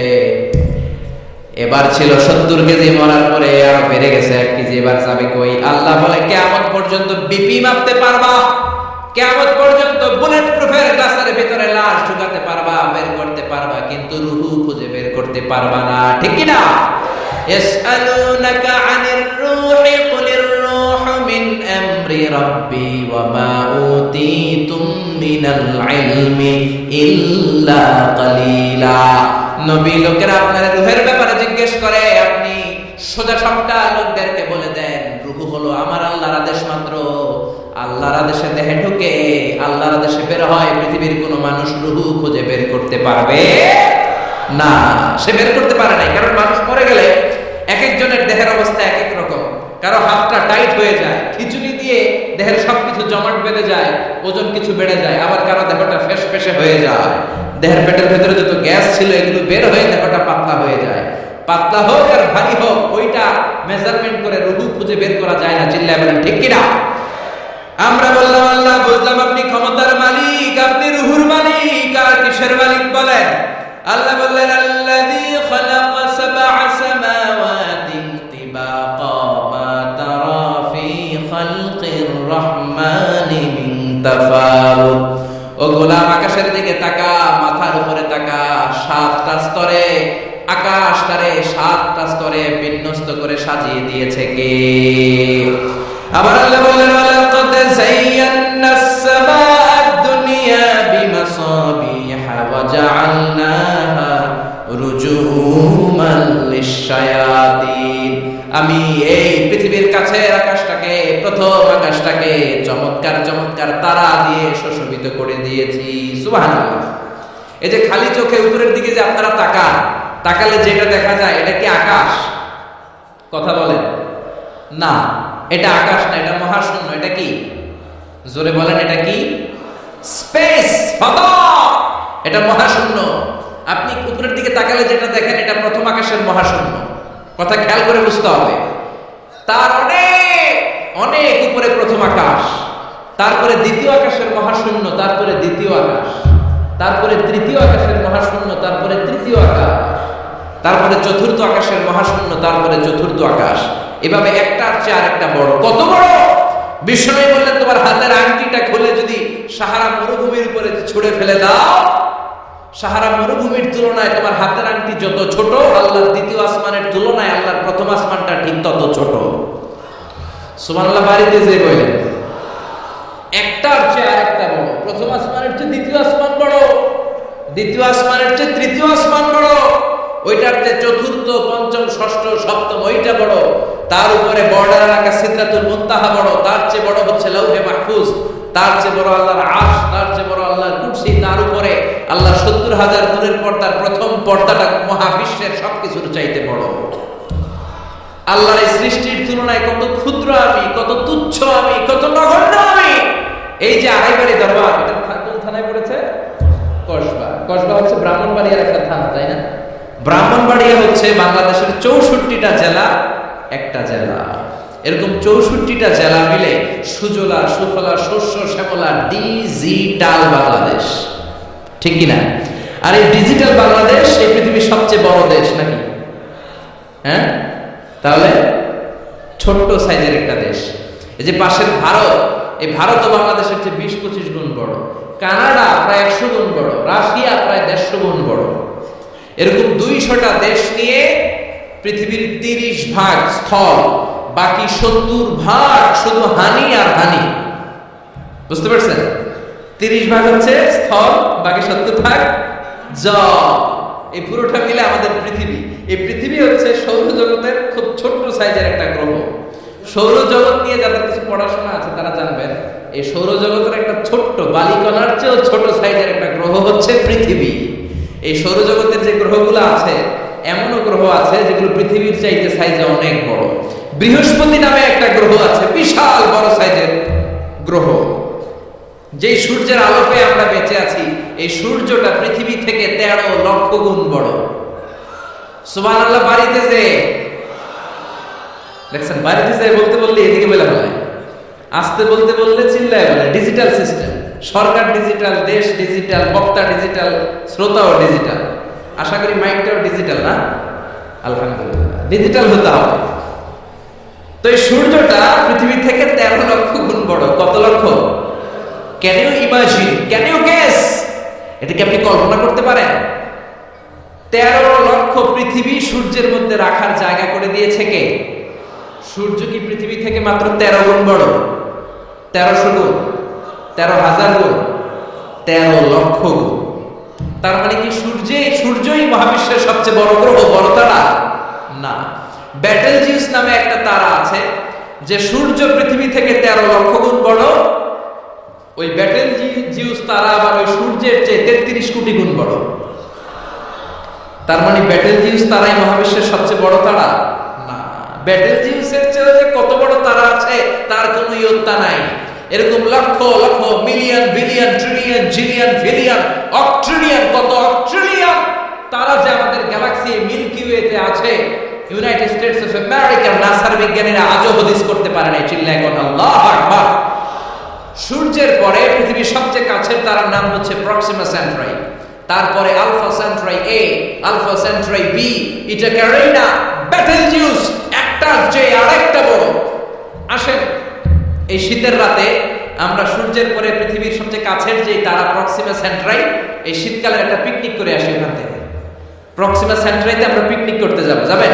ওখানে যদি আমরা শীতকালে পিকনিক করতে যাই তাহলে আমাদের কত সময় লাগবে ছোট্ট একটা আইডিয়া দিই। তো আমরা যে পিকনিকে যাবো, যারা তারা হাত তোলেন, কিভাবে যাইবেন? গাড়িতে? কেন? প্লেনে? রকেটে? হ্যাঁ, রকেটে যাইতে হবে। প্লেনে যাওয়া যাবে না, কারণ বর্তমান বিশ্বের সবচেয়ে দ্রুতগামী যে প্যাসেঞ্জার প্লেন আবিষ্কার হয়েছে এটার নাম হচ্ছে বোম সুপারসনিক। কি নাম? Bomb supersonic. Bomb bomb Afridi না, বোম সুপারসনিক। এটা ঘন্টায় চলে ১৩০০ কিলোমিটার বেগে। এটা দিয়েও যাওয়া যাবে না। কারণ কোন প্যাসেঞ্জার বিমান দিয়ে এই যে মাধ্যাকর্ষণ শক্তি এটাকে ডিঙানো যায় না, আমাদেরকে যেতে হবে রকেট দিয়ে। কোন রকেট দিয়ে যাব? যে রকেট দিয়ে নীল আর্মস্ট্রং, এডউইন অলড্রিন আর মাইকেল কলিন্স 1969 এ চাঁদে নেমেছিল। ওই রকেটটার নাম হচ্ছে অ্যাপোলো 11। যারা যারা হাত তুলছেন একটু নামটা মুখস্থ রাখেন, অ্যাপোলো 11। তাহলে আপনি ঘুরে আসলে লোকেরা জিজ্ঞেস করতে পারে কোন রকেটে গেছিলেন, তখন বলতে হবে না অ্যাপোলো 11 এ গেছিলাম। তো ঠিক আছে, যারা যারা হাত তুললেন তারা আর আমি এখন পৃথিবী থেকে সবচেয়ে কাছের যে তারাটা প্রক্সিমা সেন্ট্রাই তার নাম, ওইখানে পিকনিকে যাব। তো এই যে রকেটটা দিয়ে যাব অ্যাপোলো 11, এটা কত দ্রুত চলে এটা আগে শুনেন। এই অ্যাপোলো 11 সেকেন্ডে চলে 11 কিলোমিটার বেগে, মিনিটে চলে 660 কিলোমিটার বেগে, আর ঘন্টায় চলে 39,000 কিলোমিটার বেগে। সুবহানাল্লাহ, মজা করে কইতে পারলেন না? 39,000 কিলোমিটার বেগে ঘন্টায় চলে। আচ্ছা, বাংলাদেশ থেকে আমেরিকা কত কিলো হবে? 8-10,000 কিলো। তার মানে এই রকেটটা দিয়ে বাংলাদেশ থেকে আমেরিকায় 1 ঘন্টায় 4 বার আসা যাওয়া করা যাবে। সুবহানাল্লাহ পড়ে। তো যারা যারা হাত তুলেছেন, আসেন আমরা এই রকেট দিয়ে পৃথিবীর সবচেয়ে কাছের তারা প্রক্সিমা সেন্ট্রাইতে শীতকালের পিকনিকে যাব। কিন্তু যাবেন যে কত সময় লাগবে এটাও তো জানার দরকার আছে না নাই? যেই রকেটটা অ্যাপোলো 11 ঘন্টায় চলে কত হাজার কিলোমিটার বেগে? 39,000 কিলোমিটার বেগে। 39,000 কিলোমিটার বেগে ছোটে এরকম একটা রকেট দিয়ে যদি পৃথিবীর সবচেয়ে কাছের তারায় আমরা পৌঁছতে চাই, আমাদের 1,15,000 বছর লেগে যাবে।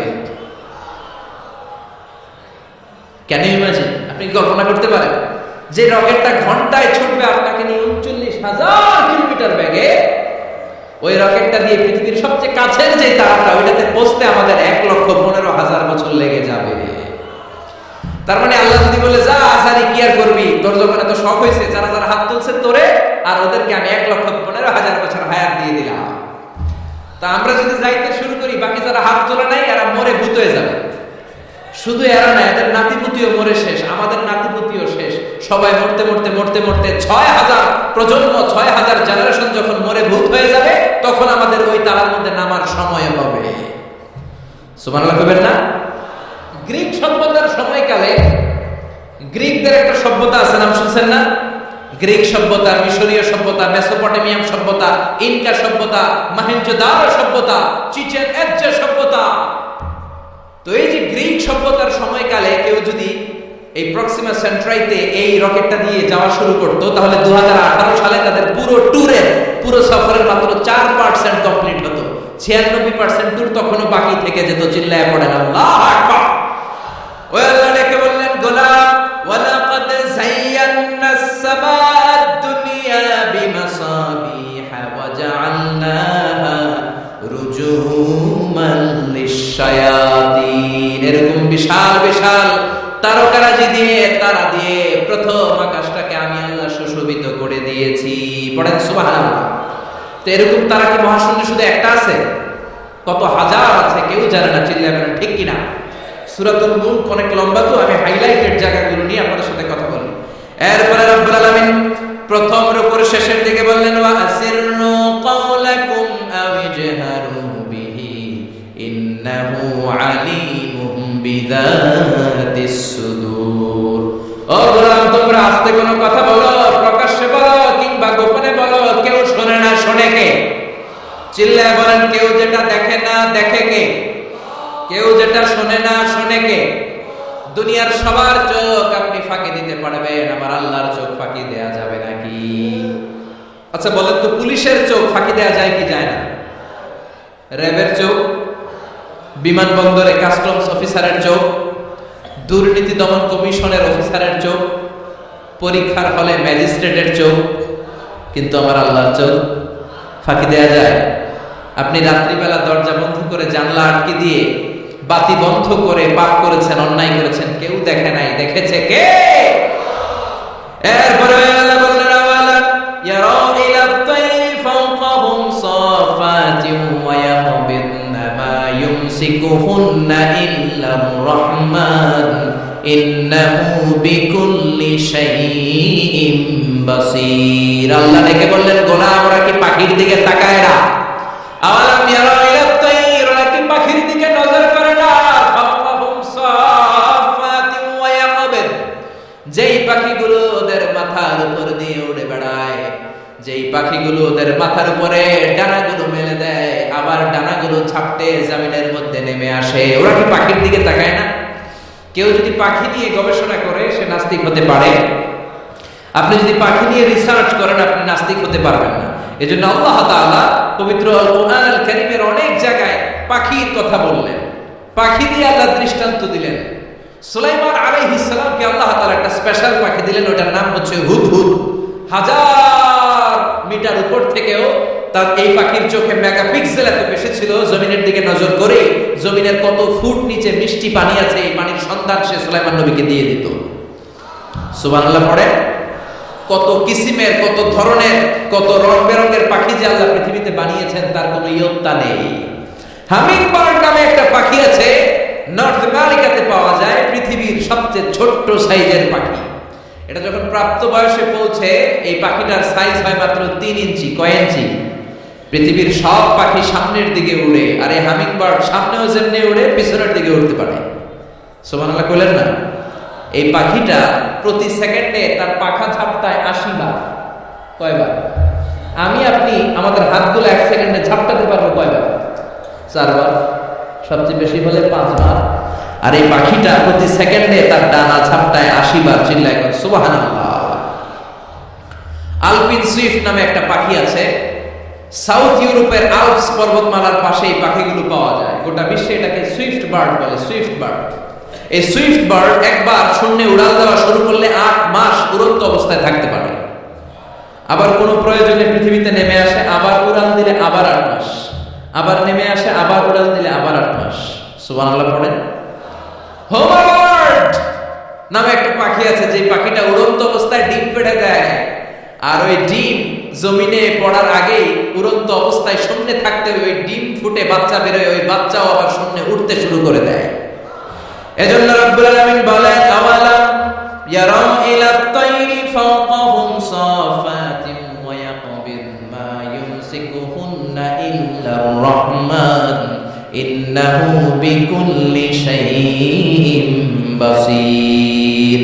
নাস্তিকগুলো কি পাখির দিকে নজর করে তাকায় না?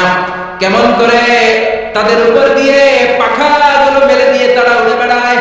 সাফাতিন ওয়া ইয়াকবিদনা, পাখাগুলো ডানাগুলো মেলে দেয়, আবার ডানা ঝাপটায়।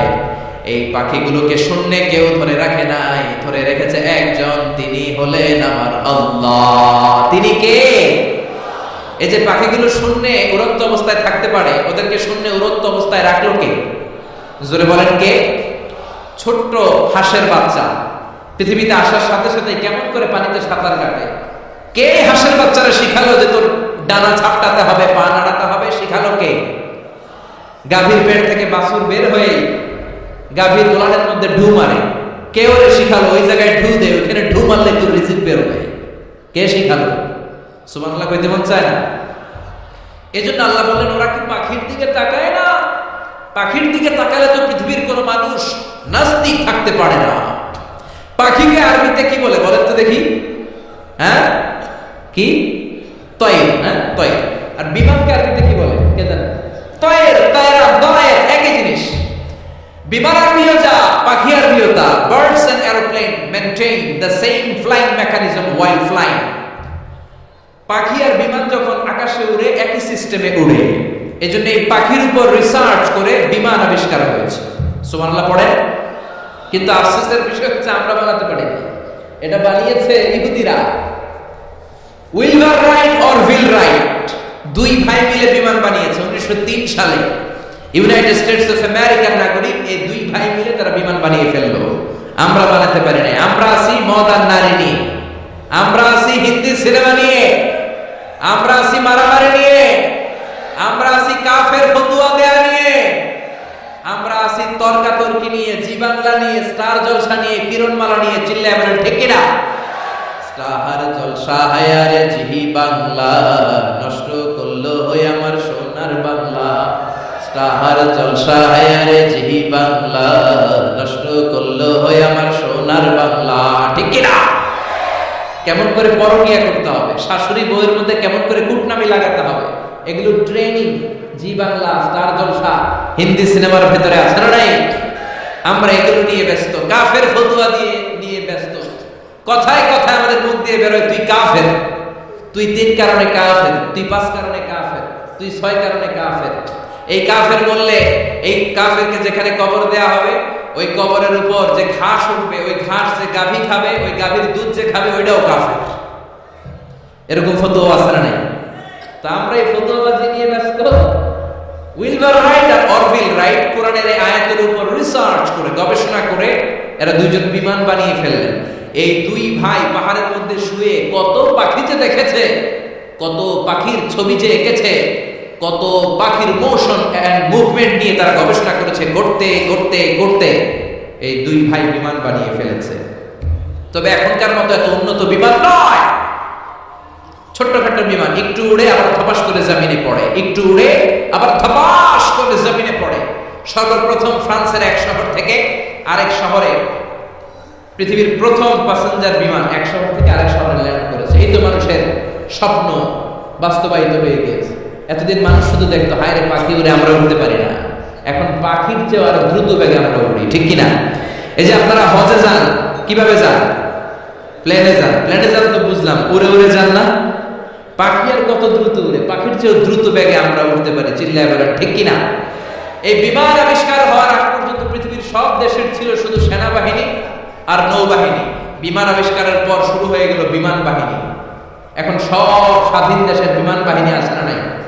Air force, military.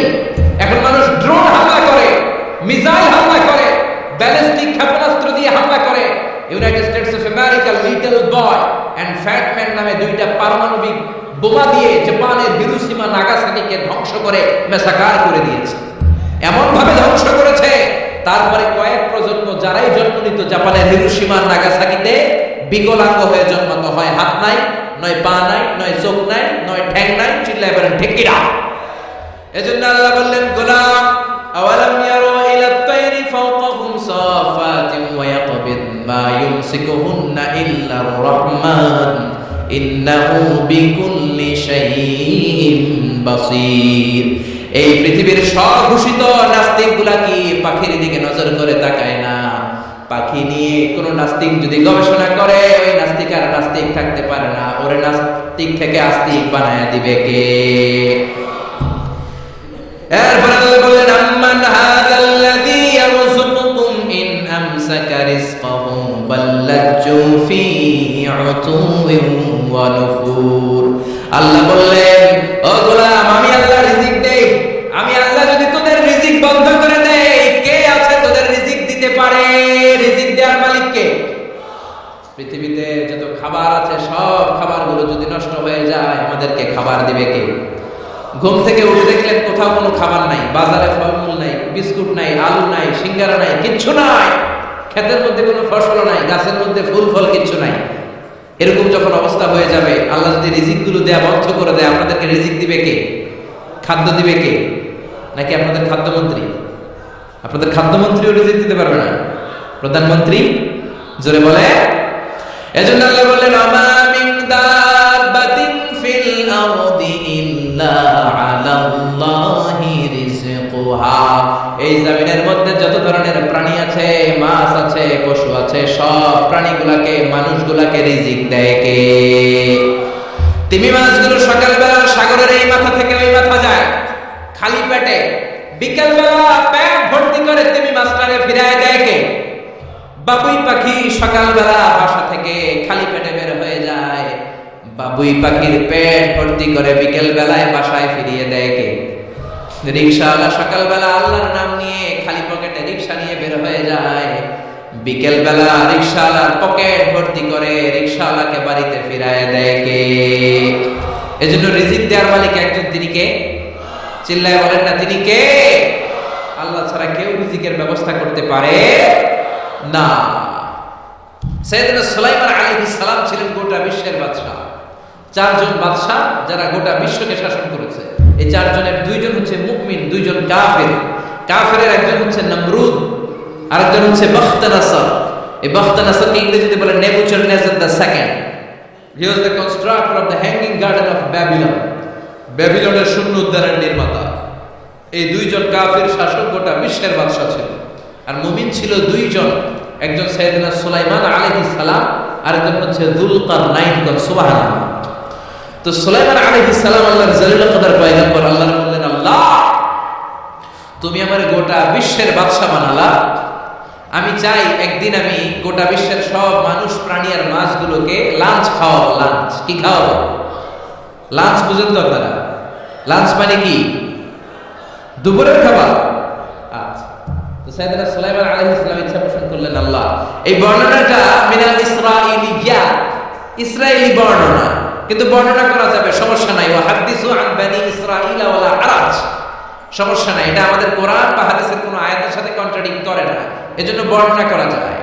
তো সাইয়েদনা সুলাইমান বললেন, আল্লাহ গোটা বিশ্বের সব প্রাণীকুল, পশুকুল, পক্ষীকুল, মৎস্যকুল, মানবকুল, জিনকুল সবাইকে আমি একবেলা কি খাওয়াবো? সবাই বলেন, কথা বলেন না। লাঞ্চ খাওয়াবো, দুপুরের খাবার। সবাই বলেন কি খাওয়াবে? দুপুরের খাবার খাওয়াবো। আল্লাহ বললেন, no, it's not your duty man, it's not your job. Sulaiman, এটা তোমার কাজ না, এটা আমার কাজ, তুমি পারবে না। সাইয়েদনা সুলাইমান বললেন, আল্লাহ লেট মি ট্রাই, আমার একটু চেষ্টা করতে দেন না। আমার মনে বড় শখ, গোটা বিশ্বের বাদশা আমারে বানায় দিলেন, গোটা বিশ্বের প্রেসিডেন্ট করে আপনি আমাকে সিলেক্ট করলেন। আমি যদি একবেলা সবারে মেহমানদারি করাইতে পারতাম, আমার কলিজাটা ঠান্ডা হয়ে যেত। সুলাইমান আলাইহিস সালাম জোরাজুরি করতে শুরু করলেন, আল্লাহ রাজি হয় না, সুলাইমান নবীও ছাড়েন না। পরে সুলাইমান আলাইহিস সালামের জোরাজুরির কারণে আল্লাহ বললেন, ওকে ট্রাই করে দেখো পারো কিনা। সাইয়েদনা সুলাইমান আলাইহিস সালামের অনুসারী ছিল জিনেরা। জিনেরা ওনার কথা শুনতো, সব জিনদেরকে নিয়ে বসালো, জিনদের সাথে গোল টেবিল বৈঠক। জিনের বাদশারে বলল, জিনের বাদশা, আমি গোটা বিশ্বের সব মানুষগুলোকে একদিন দুপুরের খাবার খাওয়াবো। যাও সাগরের পাড়ে 40 কিলোমিটার জায়গার মধ্যে খাবারের আয়োজন করো। জিনের বাদশা বিশাল বিশাল ডেক পাতিল নিয়ে সমস্ত জিনদেরকে নিয়ে রান্না বান্নার কাজ শুরু করলো। আফ্রিকার জঙ্গল থেকে আস্তে আস্তে গরুগুলোকে এনে ফ্রাই করতে আরম্ভ করলো, হরিণগুলোকে রোস্ট করতে আরম্ভ করলো, সাগরের তিমি মাছগুলোকে ভুনা করতে শুরু করলো, আকাশের বড় বড় পাখিগুলোকে রোস্ট করতে শুরু করলো। 40 কিলোমিটার ব্যাপী জায়গা নিয়ে খাবার তৈরি করা হচ্ছে, কারণ সাইয়েদনা সুলাইমান আলাইহিস সালাম গোটা বিশ্বের মানুষকে, গোটা বিশ্বের প্রাণীগুলোকে একদিন দুপুরের খাবার খাওয়াবে। তো 40 কিলোমিটার জায়গার মধ্যে খাবারের আয়োজন করা হলো। সাইয়েদনা সুলাইমান আলাইহিস সালাম বললেন, রান্না করতে থাকো। করতে করতে বিশাল রান্নার স্তূপ, বিরিয়ানির স্তূপ, খিচুড়ির স্তূপ, পোলাওয়ের স্তূপ, রেজালার স্তূপ, ঝাল গরুর মাংসের স্তূপ, কোরমার স্তূপ, সব কিছুর স্তূপ করা হলো। ফল মূল মাছ মাংস এনে স্তূপ করা হলো 40 কিলোমিটার এরিয়া নিয়ে। কয় কিলোমিটার? সবাই বলেন কয় কিলোমিটার? সব যখন রান্না শেষ, চলে এলো সেই মহেন্দ্রক্ষণ, সেই মহেন্দ্র দিন, যেদিন তিনি আপ্যায়ন করাবেন। সাইয়েদনা সুলাইমান আলাইহিস সালাম উদ্বোধনী ভাষণ দিবেন, মানে উদ্বোধন করবেন। খাবার উদ্বোধন করা লাগবে না, তো গোটা বিশ্বের মানুষ খাবে, মহাবিশ্বের সব প্রাণী খাবে। উনি উদ্বোধনী বাক্যে বললেন, আমি বেশি কিছু বলতে চাই না। মাছেরা লাইন ধরবে সাগরের এই দিক দিয়ে, পাখিরা লাইন ধরবে ডান দিক দিয়ে, মানুষ লাইন ধরবে বাম দিক দিয়ে, জিনেরা লাইন ধরবে সামনে দিয়ে, আর বনের পশুরা লাইন ধরবে জঙ্গলের এই দিক দিয়ে। লাইনে লাইনে আসো, তোমাদেরকে খাবার দেওয়া হবে সকাল থেকে সন্ধ্যা পর্যন্ত, যা যত মনে চায় পেট ভর্তি খাবার দেওয়া হবে। ইন দ্য মিড টাইম সাগরের ভেতর থেকে এক বিশাল আকৃতির তিমি মাছ আ করে ডেকে বলল, সুলাইমান, আমি লাইন টাইম মানি না। কি মানে না? তুমি তোমার উদ্বোধনী বক্তব্যে বলেছো লাইন ধরে খাবার নিতে হবে, আমি লাইন টাইম মানি না। আমার পেটে প্রচন্ড ক্ষুধা, ক্ষুধার জ্বালায় আমি মরতে বসেছি, আমি লাইন মানি না, খাবার দাও। সাইয়েদনা সুলাইমান আলাইহিস সালাম বললেন, আমি নবী মানুষ, আমি বেলাইন করতে পারি না। সাইয়েদনা সুলাইমান বললেন, আমি লাইন ছাড়া খাবার দিতে পারি না। তিমি মাছ বলে, আমি লাইন মানি না, আমার পেটের ভেতরে এত ক্ষুধা, ক্ষুধার জ্বালায় আমি মরে যাচ্ছি। তোমার এই মেহমানখানায় এসে খাবারের অভাবে আমি যদি তিমি মাছ মারা যাই, কিয়ামতের দিন আল্লাহ তোমারে ছাড়বে না রে সুলাইমান। সুলাইমান আলাইহিস সালাম পড়ে গেছে বিপদে। হ্যাঁ, আসলে যেটা যদি মেরা যায় তাহলে তো সমস্যা, ব্যাড রেকর্ড হয়ে যাবে, ঠিক কিনা? তো উনিও লাইন মেনটেন করতে বলতেছে, তিমি মাছও লাইন মানবে না, বেলাইন। কিছু লোক আছে এরকম, পুলিশ দ্বারা আছে, র্যাব দ্বারা আছে, ওর মধ্যে বেলাইন করে হয়, আছে না নাই? তিমি মাছ বলে, আমি লাইন টাইন মানি না। তো সুলাইমান আলাইহিস সালাম বললেন, ঠিক আছে, সবার জন্য লাইন, শুধু এইটার জন্য বেলাইন। বলে ঘোষণা দিলেন, যাও এটাতে খাবার দাও। তো তিমি মাছ বলল, সুলাইমান আমি এই যে আমার মুখটাকে, বিশাল মুখটাকে হা করে রেখেছি, আমার মুখের ভেতরে জিনদেরকে বলো খাবার ঢুকায় দিতে, যতক্ষণ না আমার পেট ভরবে আমি হা করে থাকবো। চিল্লায় কোন আল্লাহু আকবার। সাইয়েদনা সুলাইমান আলাইহিস সালাম ভাবলেন বিশাল একটা আস্ত গরুর রোস্ট যদি ঢুকায় দিই তাহলেই তো শেষ, কেল্লা ফতে, ঠিক কি না? সাইয়েদনা সুলাইমান বললেন, যাও আফ্রিকার জঙ্গলের যে গরুগুলো রোস্ট করেছো একটা রোস্ট এই তিমি মাছের পেটের ভিতরে ঢুকিয়ে দাও। জিনের বাচ্চা যে রোস্ট ঢুকায় দিছে ওইটা হা করেই আছে। সাইয়েদনা সুলাইমান বললেন, কয়েকটা খাসি মেরে দাও। খাসি মেরে দেয়া হলো, এটা হা করে আছে। কয়েক বস্তা বিরিয়ানি মেরে দাও, মেরে দেয়া হলো। বললো আরো 10টা গরু ঢুকায় দাও, হা করে আছে। আরো 50টা খাসি ঢুকায় দাও, হা করে আছে। আরো কয়েক হাজার তিমি মাছ রোস্ট করে ঢুকায় দাও, ঢুকায় দিচ্ছে। খাবার যত আছে দিতে শুরু করলো। ইন দ্য মিন টাইম 1 কিলোমিটারের খাবার শেষ। সুবহানাল্লাহ কইবেন না? তিমি মাছ বিশাল বড় হা করে বসে আছে সাগরে। জিনের বাদশা খাবার দিতে লাগলো। 1 কিলোমিটার শেষ, 5 কিলোমিটার শেষ, 10 কিলোমিটার শেষ, 20 কিলোমিটার শেষ, 30 কিলোমিটার শেষ, 40 কিলোমিটার শেষ। এখনো তিমি মাছের মুখ হা করা আছে না নাই? সাইয়েদনা সুলাইমান সিজদায় পড়ে গেলেন, আল্লাহর ডেকে বললেন, মাবুদ রে, আমি বুঝতে পারি না আসলে রিজিক দেওয়ার মালিক আমরা না, গোটা বিশ্বের সবাইকে খাওয়ানোর ক্ষমতা আমার নাই, রিজিকের মালিক একজন, তিনি কে? তিমি মাছ ডেকে বলে, ও সুলাইমান, প্রতিদিন রব্বুল আলামিন 3 লোকমা খাবার আমারে খাওয়ায়, 3 লোকমা খাবার সাগর থেকে আমাকে সংগ্রহ করে দেয়। তুমি যে 40 কিলোমিটারের সব খাবারগুলো আমার পেটের ভেতরে ঢুকিয়ে দিয়েছো সুলাইমান, আল্লাহর 3 লোকমা খাবারের 1 লোকমার সমান হয় না। আর আস্তে কোন সুবহানাল্লাহ। এজন্য রিজিক দিতে পারে একজন, তিনি কে? আর জোরে বলেন কে? এই সূরাটা আল্লাহ শেষ করলেন কি বলে? কুল আরাআইতুম ইন আসবাহা মাউকুম গাওরান ফামান ইয়াতিকুম বিমাইন মাইন। বলো দেখি সবে, শুকাইয়া যদি যায় এই পৃথিবীর পানি, তাহলে হেথায় তটনির ধারা কে দিবে সবারে আনি। চিল্লায় পড়েন আল্লাহু আকবার। একদিন ঘুম থেকে উঠে যদি দেখেন টিউবওয়েল চাপছেন, পানি নাই, নদীর মধ্যে পানি নাই, ট্যাপ ছেড়ে দিলেন, ট্যাপ থেকে কোনো পানি নাই, আপনারে পানির ব্যবস্থা করে দিবে কে? কেউ করে দিতে পারবে আল্লাহ ছাড়া?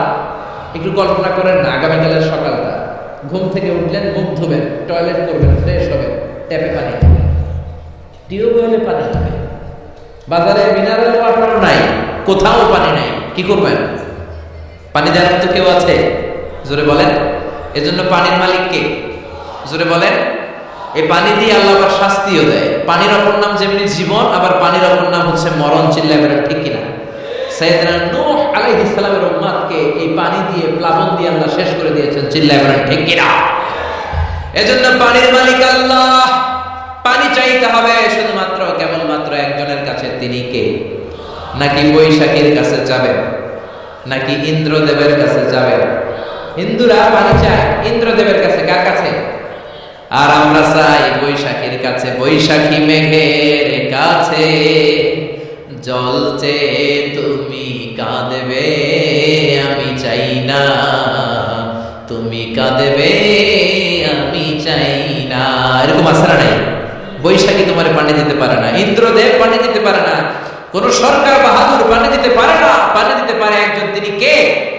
আল্লাহ মেঘ দে পানি দে, ছায়া দে তুই, আল্লাহ মেঘ দে। পড়েন পড়েন, আল্লাহ মেঘ দে পানি দে, ছায়া দে তুই, আল্লাহ মেঘ দে। পানি দেওয়ার মালিক হচ্ছে একজন, তিনি কে? কেউ যেটা পারে না পারে কে? কেউ যেটা দেয় না দেয় কে? এই পানি থেকে আল্লাহ মহাবিশ্বের সব সৃষ্টি করলেন। ওয়াজআলনা মিনাল মাই কুল্লা শাইইন হাই আফালা ইউমিনুন। আমি পানি থেকে তোমাদের সবাইকে বানালাম, তারপরেও কি ওরা ঈমান আনবে না? ১৫০০ বছর আগে আল্লাহ কোরআনে বললেন, আমি পৃথিবীর সব প্রাণগুলোকে বানিয়েছি পানি থেকে। কোথা থেকে? জোরে বলেন। বিজ্ঞানীরা এখন স্বীকার করছে যে পৃথিবীর সর্বপ্রথম প্রাণ পানি থেকে এসেছে। চাঁদে পানি নাই, তাই প্রাণও নাই। মঙ্গলে পানি নাই, তাই প্রাণও নাই। জুপিটারে পানি নাই, তাই প্রাণও নাই। কোন গ্রহে একটা ফোঁটাও পানি নাই, তাই প্রাণও নাই। পৃথিবীতে পানি আছে, তাই পৃথিবীর মধ্যে প্রাণ দিয়ে পৃথিবীটাকে চমৎকার করে তৈরি করে দিয়েছে কে? বিজ্ঞানীরা বলে পৃথিবীর সর্বপ্রথম যে প্রাণকণা আবিষ্কার হয়েছে এটার নাম হচ্ছে অ্যামিবা। কি নাম? তারা বলে এটা পানি থেকে এসেছে। It's a very small unicellular organism in the world. পৃথিবীর সবচেয়ে ছোট এককোষী জীবকণা হচ্ছে অ্যামিবা। তারা বলে এই অ্যামিবা পানি থেকে এসেছে। তারপরে এসেছে জুপ্লাঙ্কটন, ফাইটোপ্লাঙ্কটন, ব্যাকটেরিও প্লাঙ্কটন, হলোপ্লাঙ্কটন। এইভাবে যত প্রাণের যত স্পিসিজ আছে, প্রজাতিগুলো ডেভেলপ করেছে, সবগুলোকে পানি থেকে তৈরি করলো কে? আবার আল্লাহ ডেকে বললেন, গোলাম পানিকে আমি দুই কিসিমের করলাম। কোথাও আমি দিয়ে দিলাম লোনা পানি, আবার কোথাও বইয়ে দিলাম মিঠা পানি। আছে না নাই? সাগরের মধ্যেও দুই ধরনের পানি, কালো পানি, নীল পানি একই সাগরের মধ্যে বয়ে যায়, কিন্তু মাঝখানে অদৃশ্য ব্যারিকেড দিয়েছে কে? মারাজাল বাহরাইনি ইয়ালতাকিয়ানি বাইনাহুমা বারযাখুন লা ইয়াবগিয়ান ফাবিআইয়ি আলাই রাব্বিকুমা তুকাল্লিবান। একই সাগরের মধ্যে লোনা পানি, মিঠা পানি একটা আরেকটার সাথে মিশে না। এক জায়গায় নীল কালারের পানি, আরেক জায়গায় একটু কালচে রঙের পানি একসাথে আছে, কিন্তু একটার সাথে আরেকটা মিশে না। দেখেছেন? কেউ দেখেননি? বাংলাদেশে আছে, কিন্তু গোয়ালন্দের ফেরিঘাটে এদিকে আছে। আমি মিশরে দেখেছি নীল নদের পানির সাথে ভূমধ্য সাগর, মেডিটেরেনিয়ান সি, এই পানির কোনো মিল হয় না। একদিকে নীল নদের পানি, আরেকদিকে ওই সাগরের পানি, দুইটা একসাথে বয়ে যায়, কিন্তু একটার কালারের সাথে আরেকটার কালার মিক্স হয় না। চিল্লায় বলেন আল্লাহু আকবার। আবার আল্লাহ ডেকে বললেন, গোলাম মিঠা পানির নদী দিয়ে বিশ্বটারে আমি সিক্ত করেছি। বাংলাদেশের জেলায় জেলায়, থানায় থানায়, আনাচে কানাচে মিঠা পানির নদী আছে না নাই? কথা কম। এই নদীগুলো মিঠা পানির নদী না হয়ে যদি লোনা পানির নদী হতো, আমাদের গাছপালাগুলো বাঁচত নাকি? এই সুন্দর ফুল, সুন্দর ফল, মিঠা নদীর পানি, আল্লাহ তোমার মেহেরবানি। তুমি কতই দিলে রতন, ভাই বেরাদর পুত্র স্বজন, ক্ষুধা পেলে অন্ন যোগাও, মানি চাই না মানি, আল্লাহ তোমার মেহেরবানি। বলেন আল্লাহু আকবার। এজন্য পানি দিতে পারে একজন, তিনি কে? আবার আল্লাহ ডেকে বললেন, আন্না সাবাবনাল মাআ সাব্বা সুম্মা শাকাকনাল আরদা শাক্কা। যেখানে যতটুকু পানি দেয়া দরকার ততটুকু দিলাম। নারিকেল গাছের উপরে কাটলে কোনো পানি পড়ে না, কিন্তু খেজুর গাছের মাথায় যদি কেটে দেন শীতকালে মিষ্টি পানি আসে না নাই? একরকম না দেখতে? নারিকেল গাছ, খেজুর গাছ, রাস্তার এই পাশে নারিকেল গাছ, রাস্তার এই পারে খেজুর গাছ। খেজুর গাছ চেনেন তো? খেজুরের রস খান না আপনারা? নারিকেল গাছের মাথায় কেটে দিলে কোনো রস নাই, শুকনা।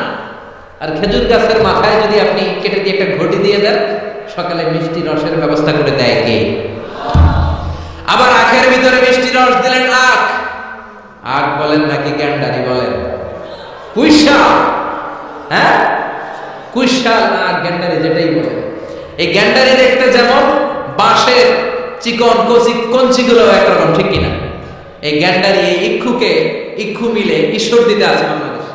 ঈশ্বর দিতেও আমরা যাই মাহফিলের জন্য। ওখানে সুগার মিলে ঢুকালে এখান থেকে গ্যান্ডারিগুলোকে, ইক্ষুগুলোকে প্রসেস করে ওই দিক দিয়ে মিষ্টি পানি বের হয়। গরম হিট দিলে এটা শুকনো খসখসে সুগার হয়ে যায়। সুবহানাল্লাহ কইবেন না? একই রকম দেখতে বাঁশের কঞ্চি। গ্যান্ডারি দেখতে যেমন, ইক্ষু দেখতে যেমন, বাঁশের কঞ্চিও দেখতে তেমন। গ্যান্ডারিগুলো, ইক্ষুগুলো সুগার মিলে দিলে রস বের হয়। বাংলাদেশের সব বাঁশগুলো কেটে কেটে সুগার মিলে দিলে এক ফোঁটা রস বের হবে নাকি? জোরে বলেন, বেরোবে? এজন্য আল্লাহ বললেন, আন্না সাবাবনাল মাআ সাব্বা। যেখানে যতটুকু পানির দরকার ততটুকু দিলাম। ক্ষীরার ভেতরে যতটুকু পানি, কমলার ভেতরে ততটুকু নাই। তরমুজের ভেতরে যতটুকু পানি, আপেলের ভেতরে ততটুকু নাই। নারিকেলের ভেতরে যতটুকু পানি, ডাবের ভেতরে ততটুকু নাই। সুবহানাল্লাহ। চিল্লায় পড়েন সুবহানাল্লাহ। আবার পৃথিবীর সব পানিগুলো যদি টকবকে ফুটন্ত গরম হয়ে যেত, খেতাম কি? পান করার কোনো সুযোগ থাকতো না। জোরে কোন ঠিক কিনা? যদি দেখতেন যে পৃথিবীর সব জায়গার পানি ফুটন্ত গরম, এটা ঠান্ডা হয় না, আমরা খেতে পারতাম? কথা কন না? আপনারা যে পান করেন গরম পানি না ঠান্ডা পানি? দিও তৃষ্ণা পেলে ঠান্ডা পানি, ক্ষুধা পেলে লবণ ভাত, আল্লাহ গরিবের শোনো